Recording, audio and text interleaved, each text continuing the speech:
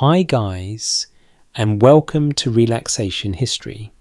Tonight we step quietly into a city that does not yet know you exist, but is already shaping the way you will live.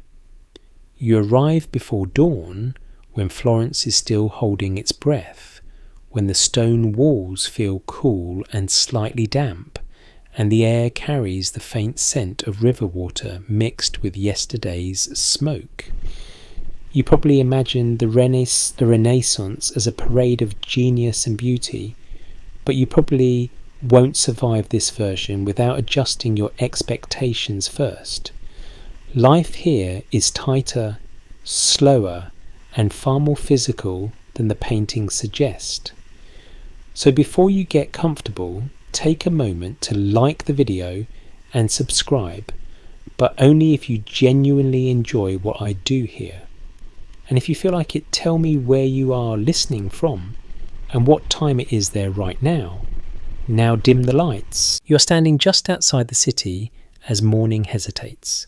The sky is not bright yet, only a soft grey that makes everything feel unfinished. Florence does not wake suddenly. It eases into consciousness the way a tired body does, stretching without urgency. You feel that slowness settle into your own breathing. This is not a city rushing toward greatness. It is a city concerned with getting through another day. As you walk toward the gates, your shoes meet uneven stone. There is no smooth path welcoming you in. The ground teaches you immediately to watch where you step. The walls rise close and practical, built for defence rather than admiration. A mainstream historical fact often overlooked is that Florence in the 1500s is still deeply anxious about stability. Political power shifts families, rise and fall, and memory of past violence lingers in how people move through space. You pass through the gate with little ceremony. Guards notice you, then quickly decide you are not worth much attention. You feel both relieved and strangely diminished. Being unimportant here is safer.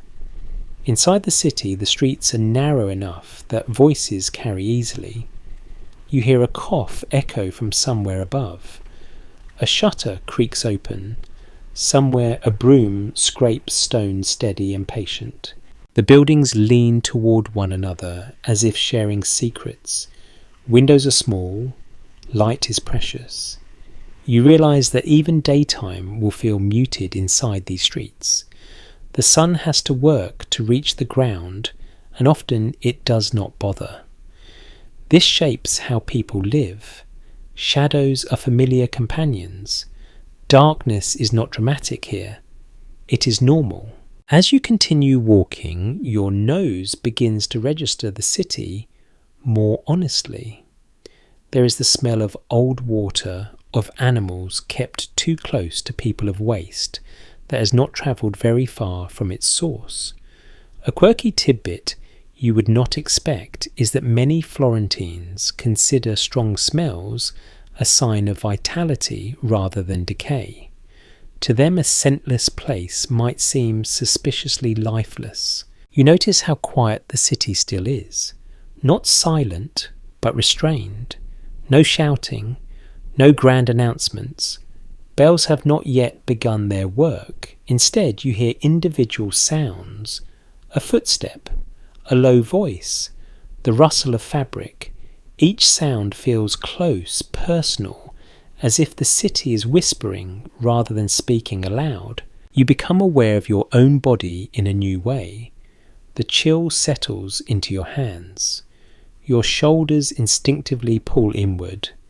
Clothing here is heavier than you expect, even in warmer seasons. Layers are protection against more than weather. They guard against drafts, against sudden rain, against the unpredictability of long days. Comfort is not about softness, it is about endurance. As you move deeper, you pass closed shop fronts, wooden doors secured with simple bars. No glass displays inviting you in. Commerce will happen later when daylight earns its place. Right now, the city belongs to those who wake early because they have no choice. Bakers, servants, labourers. Their routines are shaped by necessity rather than ambition. Historians still argue whether Florence's famous creativity grew because of its wealth or in spite of its constant pressure. Walking here now, you feel that pressure everywhere, in the tightness of space, in the watchful architecture, in the way people conserve energy, both physical and emotional. You pause near a small square, barely wide enough to deserve the name. A well sits at its centre.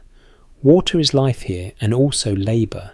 Someone will soon arrive with a bucket shoulders, already resigned to the weight. You imagine the sound of water rising the rope, biting into skin, the quiet splash echoing briefly before disappearing into stone. The sky lightens slightly, not enough to change the mood, but enough to reveal more detail. You see stains on walls, marks left by time rather than neglect. This city does not erase its past. It layers it. Every surface feels used, handled, worn smooth by generations of ordinary lives. You realise something important. The Renaissance is not something people here wake up knowing they are part of. No one stretches and thinks about legacy. They think about food work, debts and obligations. Greatness, if it arrives, does so quietly, almost accidentally, squeezed between chores. A faint breeze moves through the street, carrying the smell of bread beginning to bake somewhere nearby. It is subtle, but it pulls your attention forward. Hunger is already part of the day, even before breakfast exists. Meals are not guaranteed events. They are achievements. You slow your pace, letting your steps match the city's rhythm. There is no need to hurry. Florence will reveal itself gradually, whether you ask it to or not. For now, you simply walk, listen and adjust. You are learning the most important skill for surviving here: patience. As the first bell finally rings distant and low, you feel it more than hear it. The city exhales. Another day has permission to begin. You stand there breathing in the layered air, aware that this quiet moment is rare and fragile. Soon the streets will fill, voices will rise, and the city will tighten around you again. But for now, you are allowed this calm. And as you move forward deeper into the waking city, that calm stays with you just enough to carry you into whatever comes next. You move on without noticing exactly when the city shifts from resting to waking. There is no clear line. Florence simply grows more alert around you, like a room where people begin opening their eyes one by one. The streets do not widen, but they feel busier. Sound gathers gently, layering rather than exploding. A door opens somewhere above you. Footsteps pass behind you, close enough that you feel a brief brush of air. The stones beneath your feet are worn into shallow curves. They have learned the shape of countless steps, each one pressed by someone with a destination that mattered deeply to them at the time. You adjust how you walk instinctively, shortening your stride. Long steps feel risky here. Ankles twist easily on uneven ground, and injury is not an inconvenience but a threat to survival. You begin to notice how people move. No one strolls without purpose. Even those who seem unhurried are navigating carefully, eyes flicking to doorways, corners and faces. A mainstream historical fact is that Florence in the 1500s is densely populated, far more crowded than most people imagine. Space is shared whether you want it to be or not.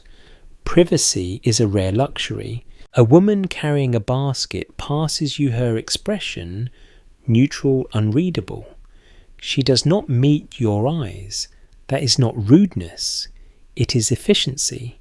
Looking invites conversation, obligation, or conflict. You learn quickly that attention has a cost. The smells grow stronger now. Bread is joined by sharp notes of leather damp wool and something sour you cannot quite place. Waste does not travel far in this city, it simply shifts location. You hear water sloshing as someone empties a container from an upper window, followed by a brief shout of warning that comes just in time. You step aside instinctively. The street accepts what falls into it without complaint. A quirky tidbit you would not expect is that many Florentines consider these morning sounds comforting. The calls, the splashes, the scraping of carts are proof that life is continuing as it should. Silence during these hours would feel unsettling, a sign that something is wrong. As you walk, you pass small shrines tucked into walls. Simple images, candles burned low, flowers already wilting. Faith here does not require grand gestures. It settles into corners, watches from eye level. People brush their fingers against these shrines as they pass, barely slowing. It is not performance, it is habit woven into muscle memory. You notice how the streets curve unpredictably. There is no straight line guiding you forward. Florence is not designed for clarity. It evolved through compromised property lines and long-forgotten disputes. You are always slightly disoriented, which keeps you dependent on familiarity rather than maps. Bells begin to ring again, closer now. Not all at once. One answers another. Each has its own voice, its own authority. These sounds tell people when to work, when to pray, when to stop. Time here is communal, not personal. You do not own your hours, you borrow them. Historians still argue whether this constant regulation creates discipline or quiet resentment. Walking here, you sense both. People move with practiced obedience, yet their expressions carry a weariness that suggests awareness of constraint. You pass a narrow alley where light barely reaches the ground. It smells cooler here, more damp. Someone has leaned a broom against the wall. A cat slips past your legs, its body warm and solid, used to navigating this maze. Animals understand Florence as well as people do, sometimes better. Voices rise ahead of you, not loud but layered.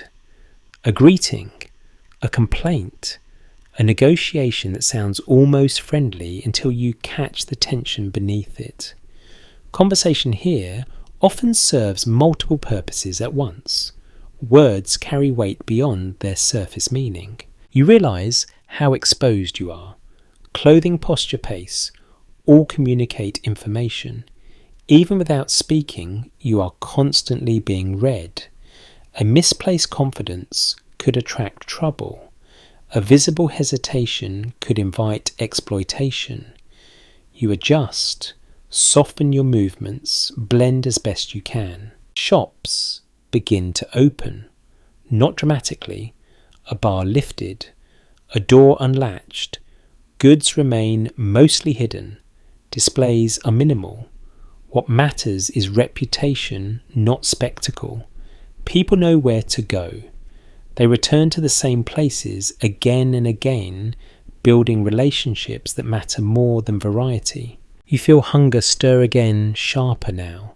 Food smells tease but do not promise satisfaction. Many people you pass will eat little today, not because they are starving, but because restraint is normal. Fullness is not expected, it is earned. A man pushing a cart struggles over a raised stone. You step aside automatically, and he nods once in acknowledgement. That brief exchange feels significant. Courtesy here is practical, not sentimental. It oils the machinery of crowded living. As the sun climbs, higher thin beams finally reach the street. They illuminate dust in the air, turning it briefly golden. the beauty catches you off guard. It is not staged. It appears by accident, then fades as quickly as it arrived. You think about the Renaissance again, about art and philosophy and progress. None of that feels separate from this moment. It grows out of these streets, these routines, these constraints. Creativity here is not escape, it is response. The city is fully awake now. You feel it pressing gently but firmly around you. There is no invitation to stop and admire. Life continues whether you are ready or not. You take another careful step forward, letting the street guide you, knowing that understanding Florence means accepting its pace rather than imposing your own. And as you move on, the rhythm settles into you steady and unavoidable, carrying you deeper into the day. You turn almost without thinking, following a doorway that sits half in shadow. It is unremarkable, just a wooden door worn smooth by hands that have opened it thousands of times. This is how you enter a Florentine home. No announcement, no threshold ceremony. Life here does not pause for arrival. Inside, the light drops immediately. Your eyes take a moment to adjust. The room smells faintly of ash, oil and old fabric. It is not unpleasant, just honest. This space is smaller than you imagined. Ceilings press low. Walls lean inward slightly, as if conserving warmth. A mainstream historical fact is that most Florentines in the 1500s live in multi-use rooms where sleeping, eating, working and storing belongings all happen within the same few walls. You stand still and listen. The house has its own quiet language. Wood creaks softly. Somewhere above, a footstep moves slowly, carefully. You realise that privacy here is negotiated through restraint rather than barriers. People learn to exist close together without constantly colliding. Furniture is minimal, a table with uneven legs, a bench polished by use, a chest that serves as storage seating and sometimes bed. Everything must justify the space it occupies. Objects are not decorative unless they also serve a purpose. Even beauty is expected to work. The floor beneath you is cold stone. You feel it through the soles of your shoes. In winter, this cold settles into bones. In summer, it offers brief relief. There are no rugs to soften it, only scattered mats that shift when stepped on. Comfort here is conditional. You adjust your expectations quickly. Light enters through a small window set high in the wall. It is covered not with glass, which is expensive, but with oiled cloth that softens the sun into a pale glow. This keeps out some weather, but not drafts. Air moves freely, smells do too. What happens in one room is shared by all. A quirky tidbit you might not expect is that many families sleep sitting up, propped against walls or chests, especially during illness. It is believed that lying flat makes breathing harder and invites bad humours to settle. Beds, when they exist, are often communal, shared by multiple people at once. You notice religious images tucked into corners, a small painted panel, a candle stub burned nearly to nothing.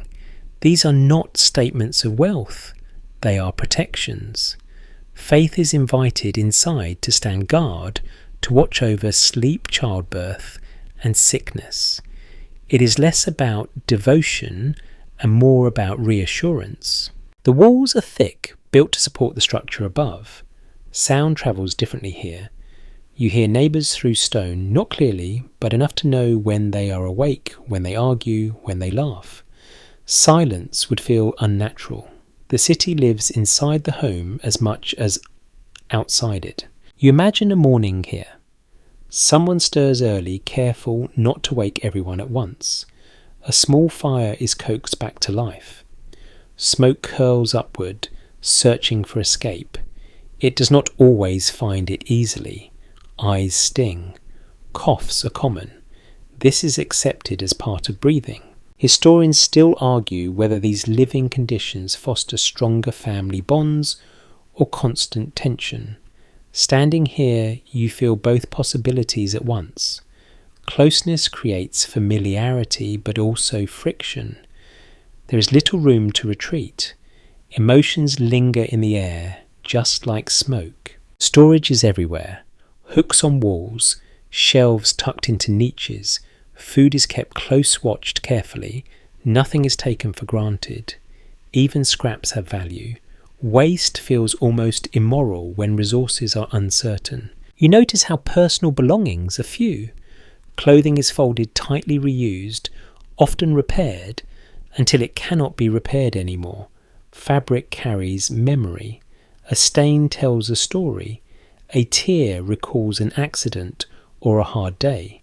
People here wear their lives quite literally. The home does not feel temporary. It feels worked into. Layers of occupation are visible. Marks on walls. Worn edges. These signs are not shameful. They are proof of endurance. A house that looks untouched would seem suspicious, perhaps even unloved. Children grow up fast in these spaces. There is no separate world built just for them. They learn by watching, by listening, by being present for everything. Joy and hardship are not filtered. They arrive together. As you stand there, you become aware of how your body responds. You lower your voice instinctively. You choose where to place your feet. The room teaches you how to behave without instruction. This is a learned skill in Florence. Awareness keeps peace. Outside, a voice calls out. Someone answers from within the house. Communication flows easily between interior and street. Doors are not absolute boundaries.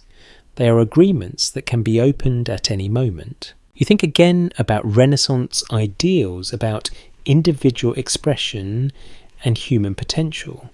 Those ideas are born in places like this, not in grand halls. They emerge from crowded rooms where people negotiate space, identity and survival daily. Before you leave, you take one last look. There is no grand centerpiece, no focal point demanding admiration. Instead, everything feels balanced toward use. Life here is not curated, it is managed. You step back towards the door, bringing the smell of the house with you. It lingers briefly, then blends into the street air outside. The transition feels abrupt but familiar. Florence does not give you time to linger in reflection. As you rejoin the street, carrying the quiet weight of that interior space, you understand something essential. To live here is to accept closeness, to adapt constantly, and to find meaning not in comfort but in continuity.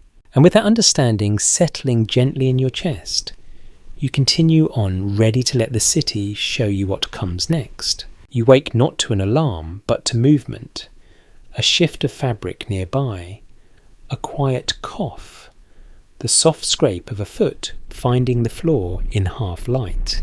Morning in Florence does not announce itself clearly. It arrives in pieces, each small sound nudging you toward awareness. You open your eyes, slowly aware of your body first, the stiffness in your joints, the cool air against your face, the faint ache that reminds you that rest here is functional, not luxurious. Washing is the first task, but it is nothing like what you imagine. There is no steaming bath waiting, no privacy curtain to draw.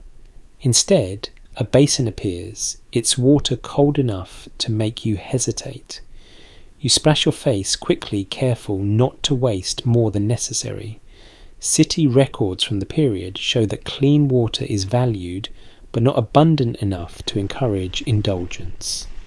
Every drop has already done work before it reaches you. Hands are rubbed together, faces wiped, hair smoothed back with fingers rather than combs. Cleanliness here is selective. You focus on what shows. The face, the hands, the parts of the body that meet the world. Full immersion is rare, sometimes seasonal, sometimes avoided, altogether due to fear of illness. Many people believe that opening the pores too much invites sickness inside. One rarely mentioned detail is that scented cloths are often used to freshen the body. Herbs, flowers or vinegar soaked into fabric are dabbed under arms or along the neck. This is not vanity. It is protection, a way to mask odours believed to attract disease. Smell carries meaning here, not just discomfort. Clothing waits folded nearby. It is heavier than modern fabrics, even in warmer months. Linen against the skin wool layered above.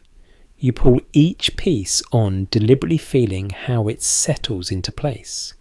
Clothes are not about expressing mood, they are about readiness. Buttons are checked, ties secured. Loose fabric is a liability in crowded streets. It is well established that most Florentines own very few changes of clothing. What you wear today may be what you wear tomorrow and the day after that. Fabric is costly, laundry is labour, garments are aired, brushed, patched and worn again. Stains become familiar landmarks. They are not hidden so much as accepted. You notice how posture matters once dressed. Standing straighter keeps fabric from dragging. It also signals competence. Slouching suggests illness or moral weakness. People here read bodies the way others read letters. You become aware of how you hold yourself as you move. Hair is managed quickly. Long hair is tied back. Short hair is smoothed. There is little time for fussing. For men, beards are common but kept practical. For women, hair is often covered once outside the home. Not as oppression in every case, but as custom, modesty and convenience.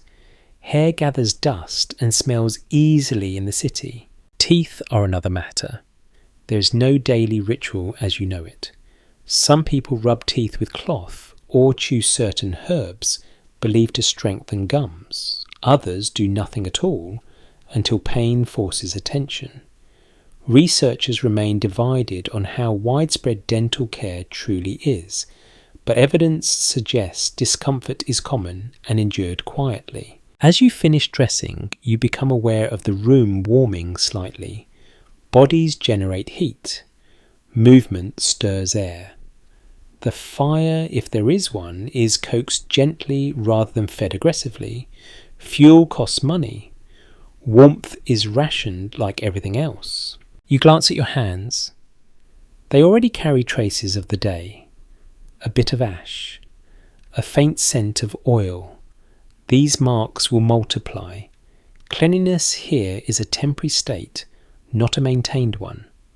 You learn not to fight it too hard. Outside the home appearance matters even more. You step into the street knowing you will be seen, assessed, remembered. Clothing communicates family trade respectability. Certain colours are regulated, certain fabrics restricted by law. These rules change, often enforced unevenly, but always present in the background of choice. Interpretations continue to differ about how strictly these sumptuary laws are followed. Some argue they are constantly broken. Others suggest the fear of social judgment keeps most people in line. Walking here, you sense that even quiet rebellion is calculated carefully. Smell returns as a concern the moment you step outside. The city greets you honestly. You adjust your pace, passing shrines, avoiding puddles, sidestepping carts. A quick touch to a scented cloth reassures you. You are presentable enough. That is usually sufficient. You notice others doing the same. A sleeve raised briefly, a cloth pressed to skin. These gestures are small, discreet, shared. No one comments. It is understood. By mid-morning, your body already feels worked. The day has not truly begun yet, you are dressed, cleaned and ready. This preparation is part of survival. It signals that you belong to the rhythm of the city, that you know how to present yourself to its demands. You think about how much effort this takes every day without reward or praise. There is no sense of self-care as indulgence. Care is maintenance.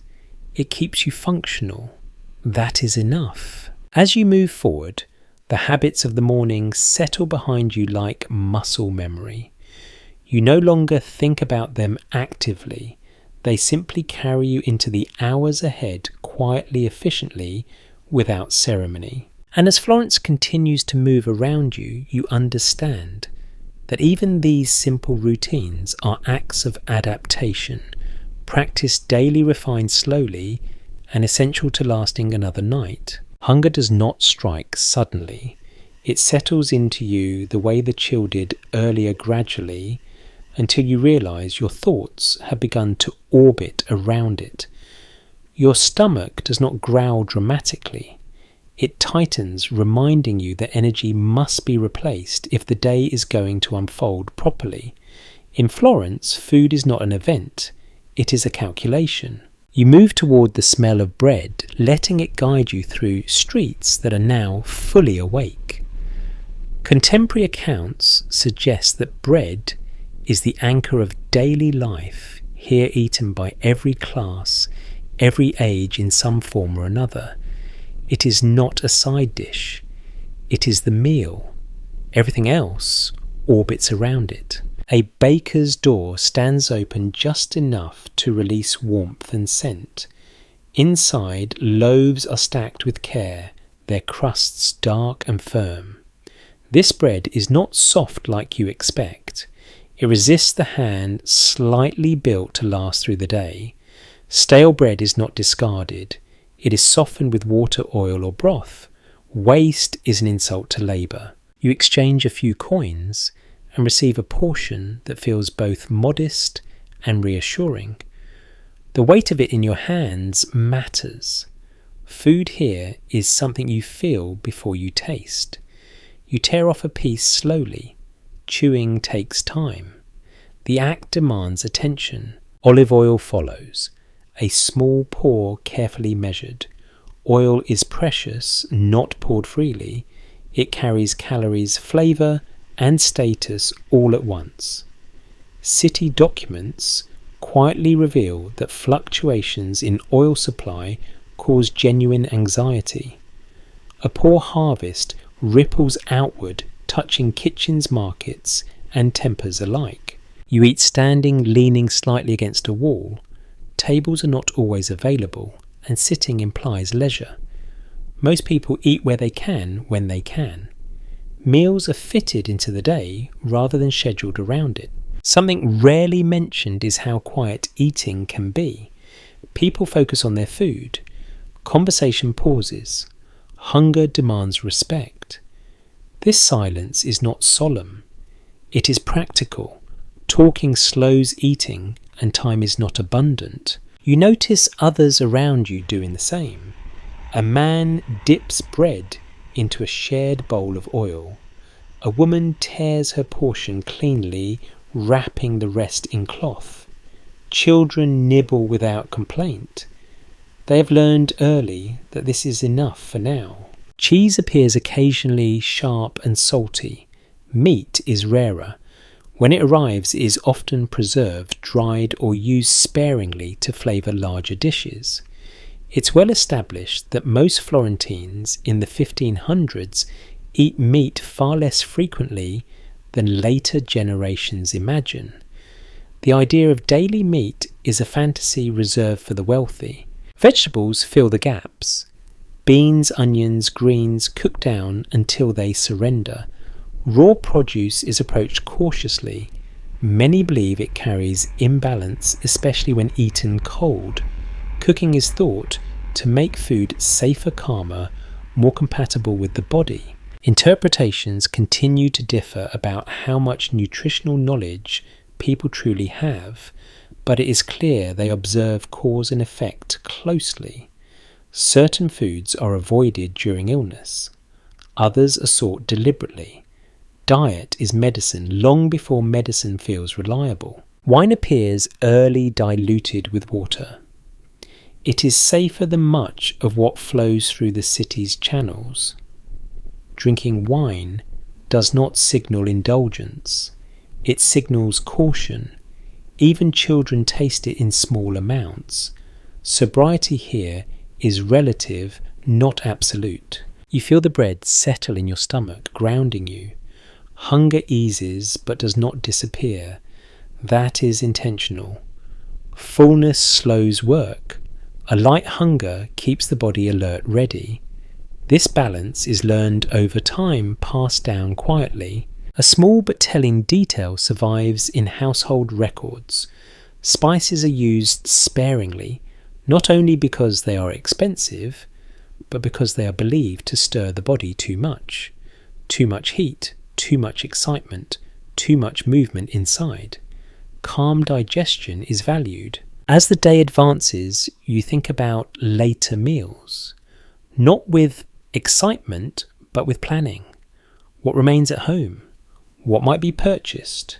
What must be stretched? This mental accounting runs constantly in the background of Florentine life. Festive days break the pattern. Feasts arrive with noise and abundance, but those moments stand out precisely because they are rare. Most days look like this one: bread, oil, patience. You notice how food shapes social boundaries. Sharing a meal creates obligation. Refusing food can offend. Accepting too eagerly can shame. Every exchange carries weight beyond nourishment. You learn to navigate, carefully matching the tone of the offering. As you finish eating, you brush crumbs from your hands. Nothing remains on the ground. Even fallen pieces are sometimes picked up, eaten, or saved. Cleanliness here intersects with scarcity. Respect for food is respect for survival. The smell of baking fades as you move on, replaced by leather smoke and damp stone. Hunger no longer presses, but it remains present, a quiet companion. It will return later, predictably, insistently. You realise that eating here is not about pleasure or variety. It is about continuity. Each meal is a bridge between what you were able to do yesterday and what you must do tomorrow. And as you continue walking, feeling the steady energy of bread and oil carrying you forward, you understand that this simple sustenance underwrites everything else. Art, politics, devotion and ambition all rest on the quiet certainty of enough food to stand to work and to endure another night. You drift toward the market almost without deciding to. The city nudges you there through sound and motion. Voices grow denser. Foot traffic slows into a careful weave. You feel the pace change, not faster, but more charged, as if attention itself has become a form of currency. This is not merely a place to buy food or tools. It is where Florence practices being itself. Stalls cluster tightly shaded by fabric stretched overhead. The light filters through unevenly dappling faces and goods alike. You smell fish before you see it. Fresh catch laid out on damp boards, eyes glassy scales, catching brief flashes of brightness. Nearby baskets of vegetables sit low to the ground, roots still clinging to soil as proof of origin. Accounts from the period indicate that markets are regulated heavily, watched closely by officials concerned with price fixing and fraud. Yet, standing here, you sense how much happens beyond regulation. Bargaining is personal. Reputation matters more than posted prices. A seller remembers your face, your tone, how fairly you behaved last time. You pause near a grain cellar. The sacks are marked carefully. Measures are checked. Everyone watches. Grain shortages haunt the collective memory. A bad season means unrest, sometimes violence. People here know how thin the margin is between order and hunger. Something quietly amusing emerges as you observe. Market gossip travels faster than any official announcement. News of births, deaths, scandals and political shifts moves stall to stall, disguised as casual chatter. One unexpected detail is that some people come to market even when they need nothing simply to stay informed. Listening is as valuable as buying. You hear laughter erupt briefly, then subside. Humour here is sharp, situational, often at someone's expense. It releases tension without resolving it. A joke can smooth a transaction or sour it instantly. Words are weighed carefully. You notice how hands are always moving, passing coins, testing fruit, adjusting cloth. Touch is constant and accepted. Personal space is a modern luxury that does not exist here. You learn to stand your ground without pushing to occupy just enough space to be acknowledged but not challenged. A woman argues loudly with a butcher. The exchange draws a small crowd, not out of concern, but interest. Disputes are public performances. The outcome matters less than how each person presents themselves. Losing with dignity preserves standing. Winning too aggressively can cost future business. Researchers remain divided on whether women wield more economic influence in markets than records suggest. Watching closely, you feel their presence everywhere. Buying, selling, managing household resources. Their authority may not be formal, but it is undeniable. Smells collide as you move. Spices from distant ports, sweat from bodies pressed close, animal musk from live poultry waiting in crates. The air feels heavy textured. Breathing requires attention. You hear a bell ring sharply, a warning. Someone steps aside quickly. A cart forces its way through wheels groaning under weight. The crowd parts just enough, then closes again behind it like water filling a gap. A small shrine stands at one corner of the square, candles flickering despite daylight. People pause briefly, touch the stone, move on. Commerce and faith do not compete here. They coexist comfortably, each reinforcing the other. Documents from Florence show that market days are tied to religious calendars, reinforcing cycles of work and rest. You sense that structure now. Even chaos follows a pattern. Even noise has rhythm. You realise how exhausting this space can be. Constant awareness, constant negotiation, yet people return day after day. The market offers connection. Isolation is more dangerous than noise. You overhear a complaint about rising prices. Another voice counters with resignation. Acceptance does not mean agreement.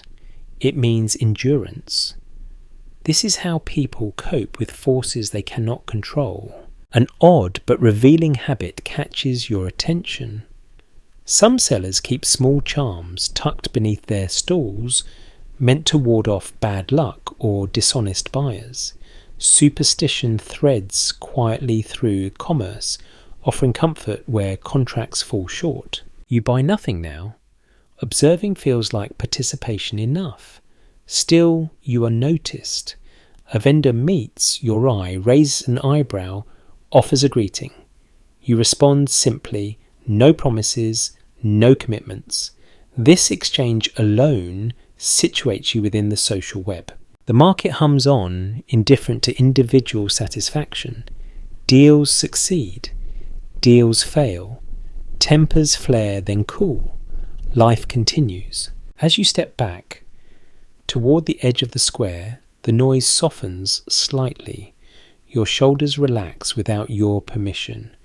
You did not realize how tense you had become until release arrives. You carry the market with you as you leave. The voices echo faintly. The smells cling to fabric. The awareness lingers. You understand now that Florence does not separate survival from social life. They are entangled, inseparable. And as the streets narrow again, guiding you away from the crowd, you feel the city recalibrate around you, quieter, but no less alert, preparing you for the next layer of daily labour waiting just ahead. You find yourself drawn toward a doorway that smells of wood shavings and oil, a scent that feels warm and steady compared to the shifting air outside. Inside, the light changes again, softened by dust that hangs lazily in the air. This is a workshop, and it breathes differently from the street. The noise is purposeful. Tools knock, scrape and bite into material with familiar rhythm. Human effort fills the space completely. The first thing you notice is how close everyone stands. Benches line the walls. Bodies lean inward toward their work. There is little wasted movement. Every gesture seems practice refined through repetition. According to surviving guild records, workshops are the backbone of Florence's economy, employing far more people than courts or studios ever will. This is where most lives unfold hour by hour. A man at a bench glances up briefly, then returns to his task. That glance tells you everything. Attention here is precious. Time spent not working must justify itself immediately. You lower your gaze, instinctively mirroring the focus around you. The room smells layered. Fresh cut wood mixes with sweat metal and old smoke. The scent clings to clothing and skin. People here carry their trade with them long after they leave. A carpenter smells different from a dyer. A metal worker carries sharpness in his clothes. These smells become social markers as reliable as names. Hands dominate your awareness. Scarred, stained, strong.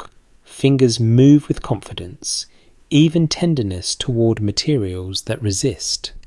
Work here is not romantic, it is negotiation. Material pushes back, tools slip. Mistakes cost time, sometimes blood. You notice small cuts, bandaged with cloth, ignored unless they interfere with grip. One easily overlooked practice is how silence operates in the room. Conversation exists, but it stays low functional. Jokes are brief. Complaints are short. Excess talk disrupts concentration and risks error. When someone does speak, others listen not out of politeness but necessity. You watch an apprentice move carefully between benches carrying finished pieces. He is young, but his posture is already shaped by labour. Shoulders slightly forward, head alert. Apprenticeship begins early here. Childhood shortens quietly in spaces like this. Household contracts from the time show that apprentices often live with their masters, blurring boundaries between work and home. The workshop is not a place you visit. It is a place you belong to. Days stretch long, structured by light rather than clocks. There is pride here, but it is quiet. A finished piece is inspected, turned slowly in the hands. Approval arrives as a nod, a brief word, sometimes nothing at all. Praise is unnecessary if the work speaks clearly enough. A detail that slips past most histories is how much cleaning happens. Shavings are swept constantly, tools wiped, order preserves efficiency, chaos invites injury. Even in a room full of noise and effort control matters deeply. You notice a small religious image pinned near the entrance. It is worn edges curled. People touch it as they pass, fingers brushing it unconsciously. Protection is welcomed everywhere, even here among sharp tools and hot surfaces. As you stand and observe, your body begins to mirror the tension in the room. Your shoulders tighten. Your breath shortens slightly. Labour is contagious. Watching makes you feel worked. There has never been full agreement among modern historians on whether Florentine artisans see their labour as identity or obligation. Some argue work offers dignity, others suggest necessity leaves little room for choice. Standing here, the answer feels layered. Pride and fatigue coexist without cancelling each other out. You realise how skill travels, not through manuals, but through watching, correcting, repeating. Knowledge passes hand to hand. Mistakes are visible. Learning is public. Failure is instructive rather than shameful, provided it does not repeat. The sounds shift as someone sharpens a blade. The noise draws attention immediately. Others adjust their movements slightly, giving space. Awareness extends beyond individual tasks. Everyone is responsible for collective safety. You catch a moment of humour. A tool slips. A muttered comment draws a brief ripple of laughter. The release is small but important. It reminds you that these are not machines. They are people managing strain together. As the light outside changes, the workshop responds subtly. Someone lights a lamp. Shadows deepen. Work continues. There is no dramatic pause for reflection. Stopping requires justification. Account books from the period reveal how thin margins can be. A few lost days. A spoiled batch. An injury. Any of these can unravel stability. This knowledge hums quietly beneath every movement. You step back toward the door, careful not to disrupt the flow. No one looks up this time. That feels like acceptance. You have learned how to be invisible here, and that is a useful skill. Outside, the street feels looser by comparison. Noise spreads out. Air moves more freely. Your body releases tension it did not know it was holding. You carry the workshop with you. The rhythm of tools echoes faintly in your ears. The awareness of hands and effort lingers. Florence reveals itself not through monuments alone, but through rooms like that one where patience, repetition and resilience shape both objects and people. As you move on, you understand that art and beauty begin here, in sweat and discipline, long before anyone stops to admire the result. You notice the younger figures before you really register them. They move differently through the streets and workshops, quicker but more cautious, always watching for signals from older bodies. Apprentices are everywhere in Florence, woven into daily life, so completely that they almost disappear into the background. Youth here is not protected, it is prepared. You see one now carrying a bundle that looks just a little too heavy. His steps are careful, measured, learned. He does not complain. Complaining would suggest weakness or ingratitude. Surviving apprenticeship requires more than skill. It requires endurance and restraint. Household agreements preserved in Florentine archives make clear that apprenticeships often begin around the age modern listeners would still call childhood. Boys especially are placed under masters who control not just their labour, but their time discipline and moral conduct. Training is total. Work, sleep, prayer and correction all come from the same authority. You follow the boy as he enters another workshop. He does not pause at the threshold. He belongs here. His world is bounded by benches, tools and expectations. Mistakes are corrected immediately. Praise when it comes is brief and easily missed. One small habit that surprises modern readers is how little formal instruction exists. No lessons begin with explanation. Learning happens through repetition and correction. The master demonstrates once. After that, observation does the rest. Watching carefully is the most important skill an apprentice develops. You sense the pressure this creates. Every movement is visible. Errors are public. There is no quiet space to fail privately. Yet this visibility also accelerates growth. Progress is tangible. A task that once took an hour now takes half that time. Improvement is measured in efficiency, not encouragement. You hear raised voices briefly. A correction, sharp but controlled.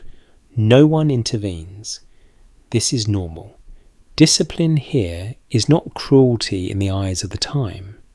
It is guidance shaped by urgency. Work must be done correctly because resources are limited and reputations fragile. Later scholars caution that not all apprenticeships are equal. Some masters nurture patiently, others exploit cheap labour. The evidence allows multiple readings shaped by surviving contracts and scattered complaints. Standing here, you sense how dependent an apprentice's fate is on chance as much as merit. You notice how young people move through public space. They run errands, deliver messages, carry water. Their familiarity with the city grows quickly. Streets become extensions of their bodies. They learn which corners invite trouble, which faces demand deference. Meals for apprentices are simple and controlled. Bread, broth, perhaps beans. Hunger is managed but rarely eliminated. Fullness dulls attention. Light hunger sharpens it. This belief shapes how young bodies are fed. A detail Florentines took for granted but feels strange now is how rarely childhood is sentimentalized. There are no separate toys for learning, no special protections from adult concerns. Children absorb conversations about debt, illness, and obligation simply by being present. You watch a group of apprentices laugh briefly as they cross a small square. The laughter is sudden, loud, then gone. Joy appears in flashes here, not sustained stretches. They return to seriousness, quickly aware of eyes watching. At night, apprentices often sleep near their workspaces or in crowded quarters provided by the master. Privacy is minimal. Dreams, when they come, are shaped by the same walls seen during waking hours. Work follows them into sleep. There is disagreement among historians over whether apprentices see their position as opportunity or confinement. Some accounts suggest pride in belonging to a trade. Others hint at quiet resentment. You sense both possibilities coexisting, shifting, depending on the day, the master, the ache in the hands. You realise how early identity forms here. A boy is not simply young. He is a future shoemaker, a future mason, a future weaver. Choice narrows quickly. Skill becomes destiny. As the apprentice you follow finishes his task, he stands back, waiting. Waiting is another learned skill. Do not rush. Do not assume completion. Authority grants closure, not effort. A nod comes. Permission to move on. Relief crosses his face briefly before being masked again. Emotion is managed carefully. Showing too much invites correction. You step aside as he passes, feeling the brush of energy, youth, tempered by caution. Florence shapes its people early, pressing them into useful forms long before they understand what is being asked of them. As you continue walking, you carry the image of those young lives moving steadily forward, learning not just trades, but how to exist within limits. The city does not pause to nurture gently. It trains through repetition, through closeness, through necessity. And as the rhythm of footsteps returns around you, you sense how every adult you have seen today once moved this same way, smaller, quieter, learning patience, before ambition ever had room to speak. You begin to notice how often conversations drift toward money without ever naming it directly.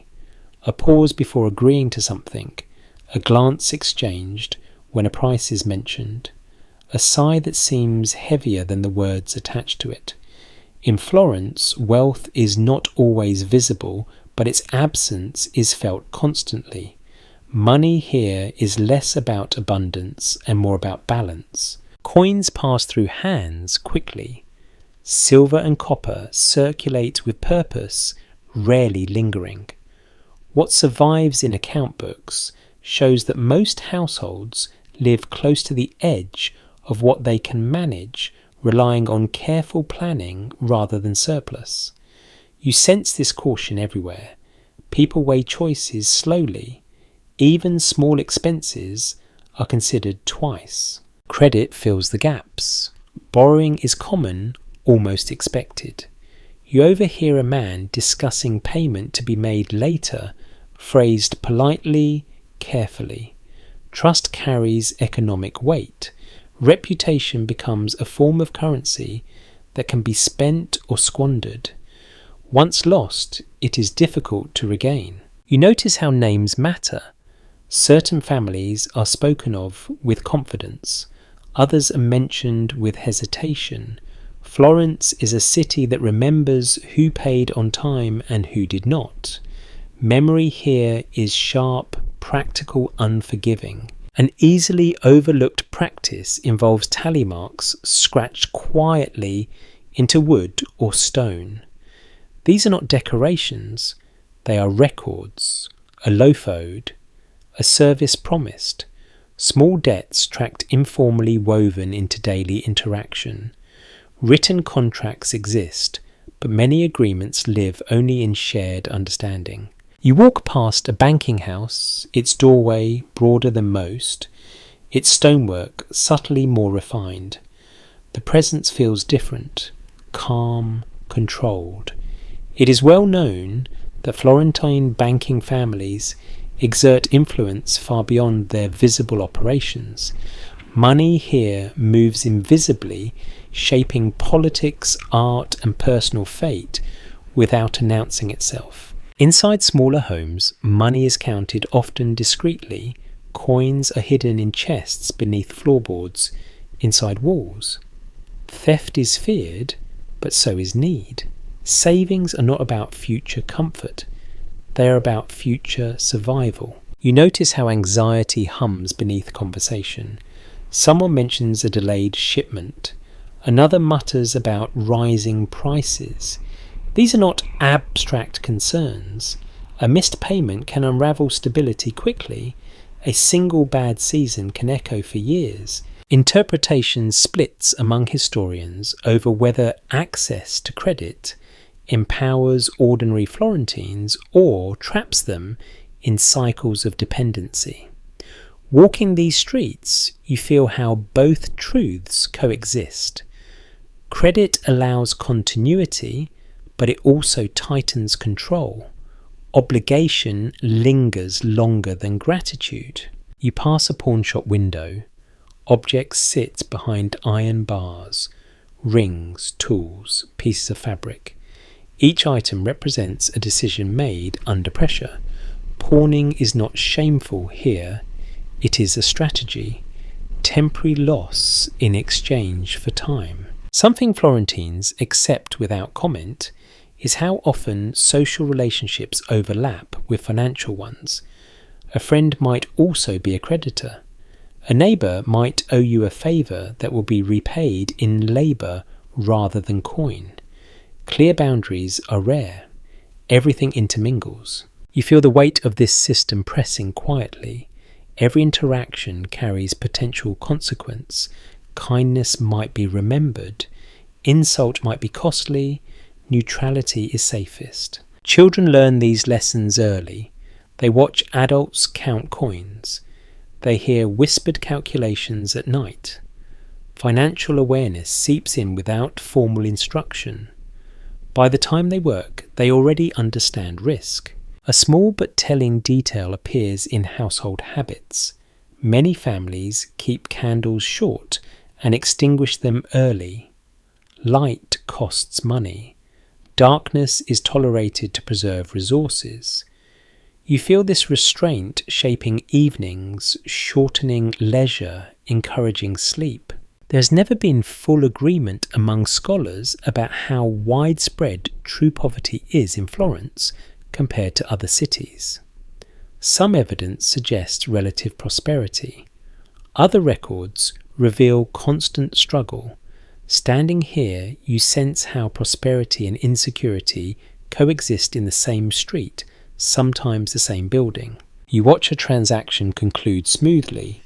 Coins change hands. Heads nod. Relief flickers briefly, then disappears. Satisfaction is temporary. There will always be another calculation waiting. You realise that money here is not about aspiration, it is about maintaining position. Climbing is possible but risky. Falling is easier and harder to recover from. Stability becomes the true goal. As you move on, you notice how this quiet arithmetic shapes the city's mood. Florence is alert, cautious, observant. People read each other carefully because survival depends on accurate assessment. You carry this awareness with you, feeling it settle into your own thinking. You begin to measure steps, time and effort instinctively. The city teaches you quickly how to conserve. And as you continue forward surrounded by stone and sound, you understand that beneath art and ambition lies this constant balancing act. Coins favours trust, and fear all circulate together, keeping Florence moving not through abundance, but through careful, persistent calculation. You begin to feel time before you think about it, not as minutes or hours, but as sound. A bell rings somewhere above the rooftops deep, and measured its tone, travelling farther than any voice could. It settles into your chest briefly, then fades. Another answers from a different direction, slightly higher, slightly quicker. Florence does not tell time quietly. It announces it, then expects you to listen. These bells are not decoration. Parish records make clear that they organise the city's entire day. Work begins, pauses and ends according to their rhythm. Prayer slots into the same structure. You do not choose when to stop. You respond when the city tells you to. You walk beneath a tower and feel the sound vibrate through stone. The bell overhead is enormous, its presence physical. You imagine the ropes, the strain on arms pulling them, the coordination required. This is labour too, though it looks ceremonial from a distance. As the ringing settles, people adjust almost without noticing. A man quickens his pace. A woman turns toward a church doorway. An apprentice glances upward, recalculating how much time remains before his next task is expected. The city moves in response, smooth and practiced. Something easily missed is how different bells signal different expectations. Some call gently inviting. Others strike sharply urgent. You learn to distinguish them quickly. Ignoring the wrong one invites attention you do not want. Churches appear everywhere, not monumental at every corner, but present enough that you are always within reach of one. Doors stand open during much of the day. You step inside briefly, letting your eyes adjust again.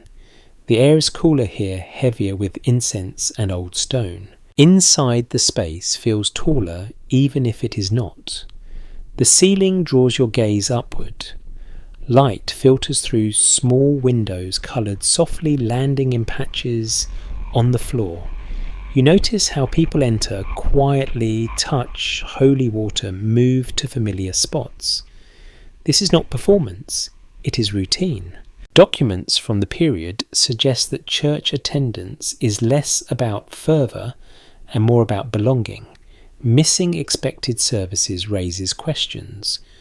Presence reassures neighbours as much as it reassures the soul. Faith here is public, visible, communal. You sit briefly on a wooden bench. It is hard-worn smooth by generations. Kneeling marks line the floor. Bodies have shaped this place over time. You sense how repetition turns belief into habit. A small habit surprises you. People come and go freely during the day. They do not stay for entire services unless required. Prayer fits between errands, work, obligations.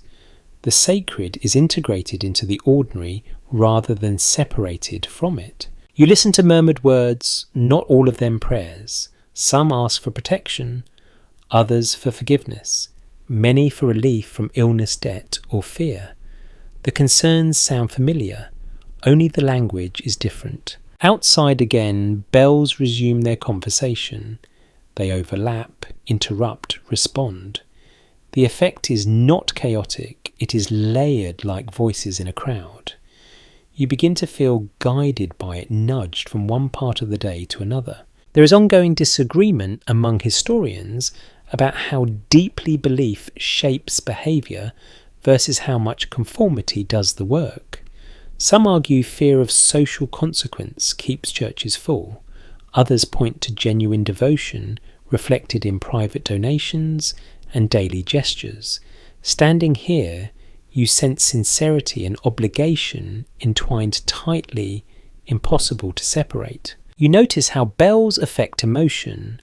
A low toll dampens mood. A quicker ring lifts it slightly. Sound shapes feeling without asking permission. Florence understands this intuitively. The city uses sound to regulate not just action but atmosphere. You pass a funeral procession moving slowly, deliberately. Bells toll differently now, heavier, slower. People step aside, heads bowing automatically. Death is familiar here, not shocking but still respected. Ritual offers structure where answers are scarce. A detail that modern listeners might find strange is how children learn bell meanings early. They know which ring means food is delayed, which signals danger, which invites celebration. Sound becomes a shared language before reading ever does. As afternoon approaches, bells mark the transition. Work shifts, markets thin, shadows lengthen. The city does not rush, it rebalances. People adapt their pace, conserving energy for what remains. You feel your own body responding. Shoulders relax slightly. Step slow. Hunger begins to return at the edges of awareness. Time is not abstract anymore. It is felt. Municipal notes from Florence reveal fines for ignoring certain bell calls, especially those related to curfews or emergencies. Authority here is audible. You cannot pretend you did not hear it. As evening nears, bells soften. Some cease entirely. Others linger, stretching the day gently toward night. The soundscape thins, voices lower. The city prepares to close in on itself. You stand in a small square and listen as the final notes fade. The silence that follows feels intentional, earned. You realise that Florence has carried you through the day, not with clocks, but with sound guiding, without explanation. As you move on, the rhythm remains inside you. Even without bells, you sense when to pause, when to proceed. The city has trained your attention gently, persistently. And as dusk settles and light drains from stone, you understand that time here is shared, enforced and comforting all at once. The bells do not just mark hours. They hold the city together, reminding everyone that they are moving through the same day together, whether they choose to or not. Belief follows you even when you are not looking for it. It settles into gestures so small they barely register. A hand briefly touching stone as you pass a doorway. A murmured phrase spoken almost without sound. Faith in Florence does not wait for formal moments. It moves alongside you, woven into how people navigate uncertainty. You notice how often eyes flick upward, toward shrines set into walls, toward painted Madonnas darkened by candle smoke, toward crosses carved so shallow they seem almost worn away. These images do not demand attention. They accept it when offered. That acceptance feels important. Household inventories from the city reveal how common religious objects are inside even modest homes. A small icon, a rosary with beads smoothed by fingers, a candle saved for special need. These are not luxuries. They are tools for managing fear, hope, and routine. You watch someone pause before beginning a task, making a brief sign with their hand. The motion is quick, practiced, barely visible. It does not interrupt work. It frames it. Labour and belief are not separate categories here. They reinforce one another. A detail many overlook is how faith shapes posture and movement. Kneeling leaves marks on the body. Crossing oneself becomes automatic. Over time, belief is carried in muscle memory as much as thought. You step into another church not for ceremony, but for quiet. Inside, a woman sits alone, lips moving without sound. She does not look distressed. She looks focused. Prayer here often resembles concentration more than emotion. Writings from the period suggest that fear of divine judgment is common but not paralysing. People worry about sin, yet continue daily life with remarkable normalcy. You sense that belief offers structure rather than constant dread. It explains misfortune without erasing responsibility. You notice offerings placed carefully near the altar, coins, small objects, sometimes representations of body parts crafted in wax, left in gratitude or hope for healing.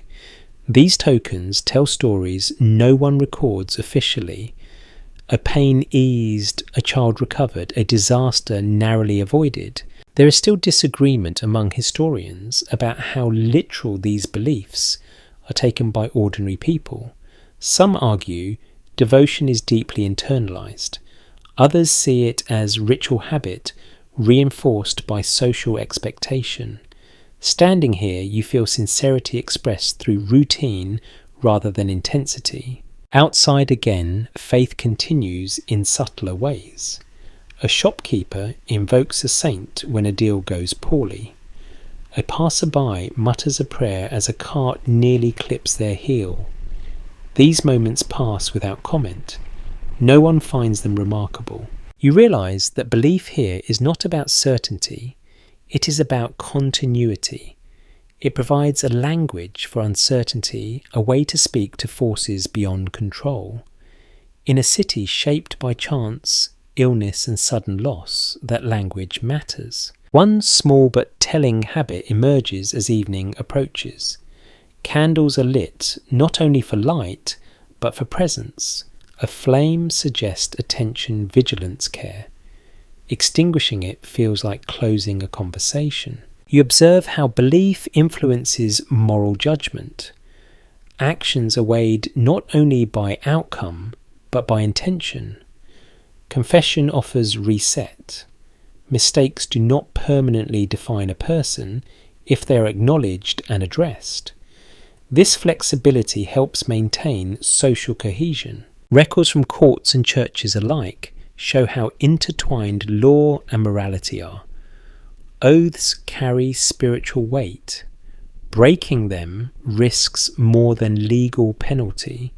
Trust is reinforced by shared belief in consequence beyond the visible. You sense how comforting this framework can be. It absorbs anxiety. It distributes responsibility upward. Not everything rests on individual shoulders.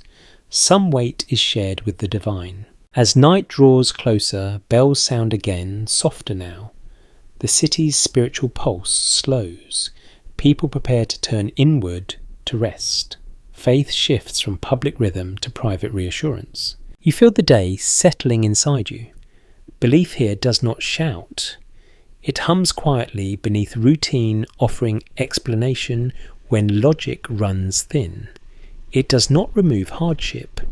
It helps people stand beside it. As you move on, you carry that hum with you, not as doctrine but as atmosphere. Florence does not ask you to believe the same way. It simply shows you how belief functions when woven into every corner of life. And as shadows lengthen and footsteps grow fewer, you sense how faith remains present even in absence, holding space for hope, habit, and the quiet acceptance that tomorrow will come, whether understood or not. You drift naturally toward the open spaces, not because they invite rest, but because they gather everything that matters. Florence opens itself in its piazzas. Stone stretches outward, voices rise more freely, and the city allows itself to be seen. These public spaces are not empty pauses between buildings. They are stages where reputation circulates. You step into a square just as a small crowd begins to form. Nothing dramatic is happening. That is the point. People assemble here to watch ordinary life unfold. A disagreement, a proclamation, a transaction that carries social weight. Public space makes private behaviour visible, and visibility is a form of control. City statutes from the early 16th century make it clear that plazas are deliberately designed to host political life. Notices are posted, sentences are announced, celebrations and warnings share the same ground. Standing here, you sense how authority prefers daylight and witnesses. You notice how people position themselves. Some linger at the edges near walls and columns. Others occupy the centre, confident, audible. Where you stand communicates more than what you say. You choose a spot that allows observation without commitment. A group of men converse nearby, voices low but intense. You catch fragments, taxes, alliances, names spoken carefully. Politics here is rarely abstract. It is personal, shaped by family, trade and memory. Decisions ripple outward quickly in a city this dense. One detail that often escapes attention is how rumour functions as a political tool. Information spreads through repetition rather than verification. Who said what matters less than who heard it? In this environment, silence can be strategic. You watch someone approach a public official bowing slightly. The exchange is brief. No papers change hands. Yet something is agreed upon. Power here does not always announce itself. It often moves quietly, supported by familiarity. Scholars examining Florentine civic life point out that participation does not require formal position. Being seen, known and remembered is influence enough. Standing here, you feel how proximity to power creates its own gravity. A street performer draws attention nearby. Music fills the space, briefly softening tension. People gather, some smiling, some sceptical. Performance here is not just entertainment. It is a way to command space, to assert presence without permission. You notice guards at the edge of the square. They do not intervene. Their role is to be visible, not active. Order is maintained through awareness more than force. Everyone knows the limits, even when they test them. You become aware of how judgment operates. Eyes linger. Whispers travel. A misstep here echoes farther than it would in a narrow street. Public space magnifies behaviour. People carry themselves carefully because the audience is real. There is disagreement among historians about how much agency ordinary citizens truly possess in these settings. Some argue participation empowers them. Others suggest the spectacle reinforces hierarchy. Watching closely, you sense how both dynamics coexist. Visibility offers opportunity and risk in equal measure. A small but revealing habit catches your attention. People adjust their clothing before speaking publicly. A collar straightened, a sleeve smoothed. Appearance becomes armour. Words follow presentation. As afternoon light shifts, shadows stretch across the square. The mood changes subtly. Energy dissipates. Conversations conclude. People drift away. Public life contracts as evening approaches. The square prepares to return to quiet. Records from Florence show that curfews are enforced unevenly, but the expectation remains. Darkness belongs less to governance and more to caution. The open square that felt safe hours ago now feels exposed. You feel the shift in your own body. Shoulders draw in. Steps become purposeful. Public space demands alertness, not comfort. It gives back what you bring to it. Before leaving, you pause and look back. The square holds no permanent trace of what passed through it today. No marks remain. Yet reputations have shifted. Alliances have nudged forward or back. The space remembers in people rather than stone. As you move on, you carry the understanding that Florence governs itself, not only through laws, but through shared observation. Everyone watches. Everyone is watched. Power flows through glances, whispers and positioning, as much as through official decree. The streets narrow again, and the city feels more intimate. You leave the square behind, knowing it will fill again tomorrow, with new tensions, new performances, new negotiations. Public life here is constant, but never fixed. And as you continue walking, you sense how Florence teaches its citizens to navigate power, not by confronting it directly, but by learning where to stand when to speak and how to disappear when necessary. You begin to notice the women of Florence not by where they stand, but by how much they quietly direct. Their presence is constant even when they are not centered in public view. You see them leaning from windows, exchanging information with precision. You hear their voices shaping decisions inside homes, long before those decisions appear on the street. Inside a household, authority often shifts subtly into their hands. You sense it in the way tasks are distributed, in how children respond more quickly to one voice than another. Household management is not passive work. It is coordination, timing, and judgment practiced daily under constraint. You watch a woman at a doorway negotiating with a vendor. Her tone is calm, her posture steady. She knows the value of what she buys and the limits of what she will accept. Accounts from Florentine households indicate that women are frequently responsible for managing food supplies, clothing repair, and small-scale finances. This control shapes survival more directly than distant political power ever could. You notice how knowledge accumulates quietly, recipes passed verbally, remedies remembered, social ties maintained. Women carry these networks, carefully sustaining families through information rather than authority. Influence here does not announce itself. It moves through familiarity and trust. Something that becomes clear as you observe is how labour divides but does not disappear. Women work constantly. They clean, cook, manage, sew, supervise and negotiate. Much of this labour leaves no trace in official records, yet without it daily life would unravel quickly. You see one woman pause in the street to speak with another. Their exchange is brief, efficient. News passes between them quickly. Who is ill? Who needs help?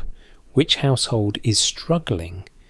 This invisible system operates alongside formal institutions, often faster and more effectively. Inside the home, again, you notice how space is controlled.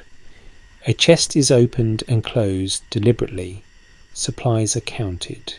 Cloth is folded carefully. Waste is monitored. These actions determine comfort and stability more than any single income. You sense the tension between expectation and agency. Women are expected to obey fathers, husbands, and sons. Yet, within these boundaries, they exercise remarkable control. They decide what enters the home. They manage how resources are stretched. They influence marriages, alliances, and reputations through quiet persistence. You watch a mother correct a child gently but firmly. The lesson is not just behaviour, it is survival, how to speak, when to remain silent, how to read a room. These lessons are absorbed early, shaping how future adults navigate Florence. There are moments of resistance, though rarely loud. A delayed response, a negotiated compromise, a decision framed as necessity rather than desire. These strategies allow autonomy without confrontation. Power here is exercised through patience. You realise how limited public visibility shapes perception. Because women appear less in formal spaces, their influence is underestimated. Yet the city runs on what happens behind closed doors as much as in open squares. A small detail catches your attention. You notice how keys hang at a woman's waist. This is not decoration. Keys signify control of storage, access, and trust. Who holds the keys decides when and how resources are used. This quiet symbol carries real weight. As evening approaches, women prepare homes for night. Fires are adjusted, food is portioned, bedding is arranged. These decisions affect comfort, safety, and rest. Night amplifies vulnerability. Preparation matters. You sense how emotional labour operates alongside physical work. Comforting children, managing fear, holding families together through illness, debt, and loss. These efforts are rarely acknowledged publicly, yet they sustain continuity. Discussions among modern scholars often circle around how to measure this influence without written evidence. Yet standing here, watching life unfold, the impact feels unmistakable. Authority does not always need a platform. It needs persistence. You observe moments of exhaustion. A woman pauses, hands resting briefly on a table. Her breath deepens. Then she continues. There is little room for collapse. Responsibility presses forward regardless of fatigue. Despite constraint, humour appears. A shared smile, a quiet joke exchanged while working. These moments release tension without challenging structure. They allow endurance. You notice how women shape memory, stories told to children, family histories repeated, moral lessons framed through example.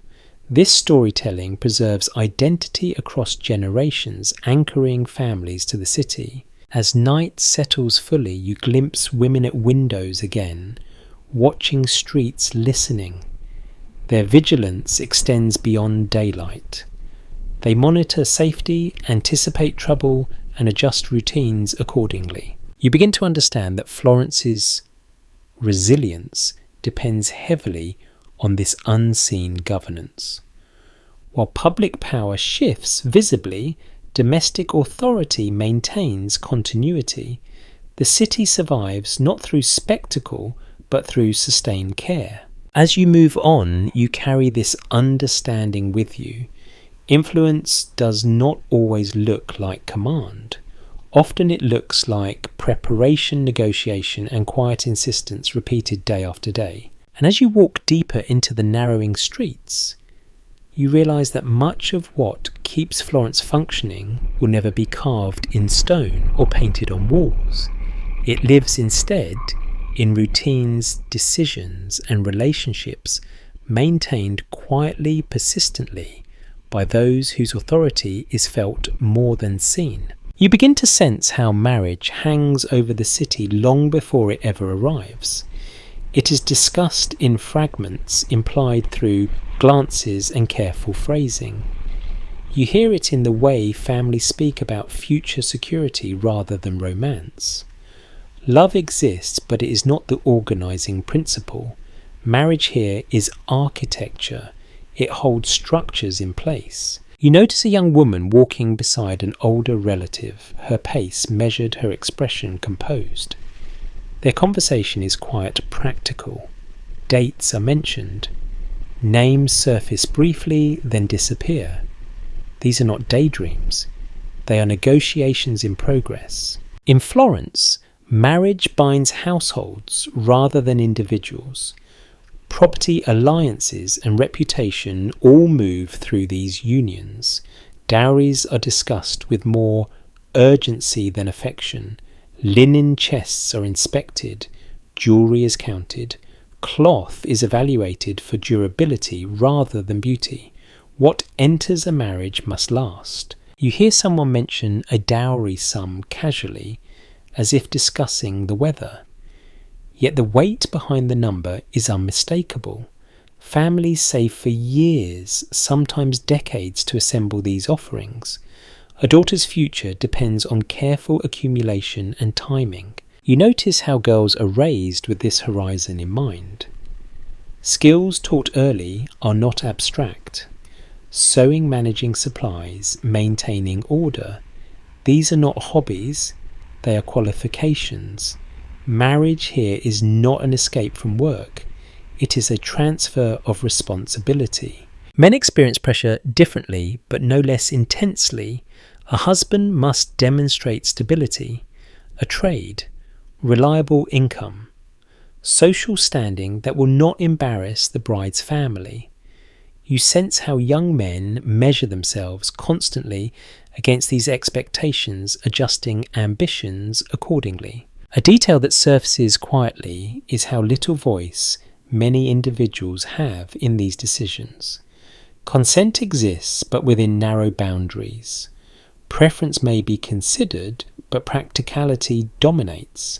Families believe they are protecting their children by limiting choice. You watch an engagement being acknowledged in public. Nothing dramatic. A shared walk. A slight change in how others greet them. Reputation shifts almost immediately.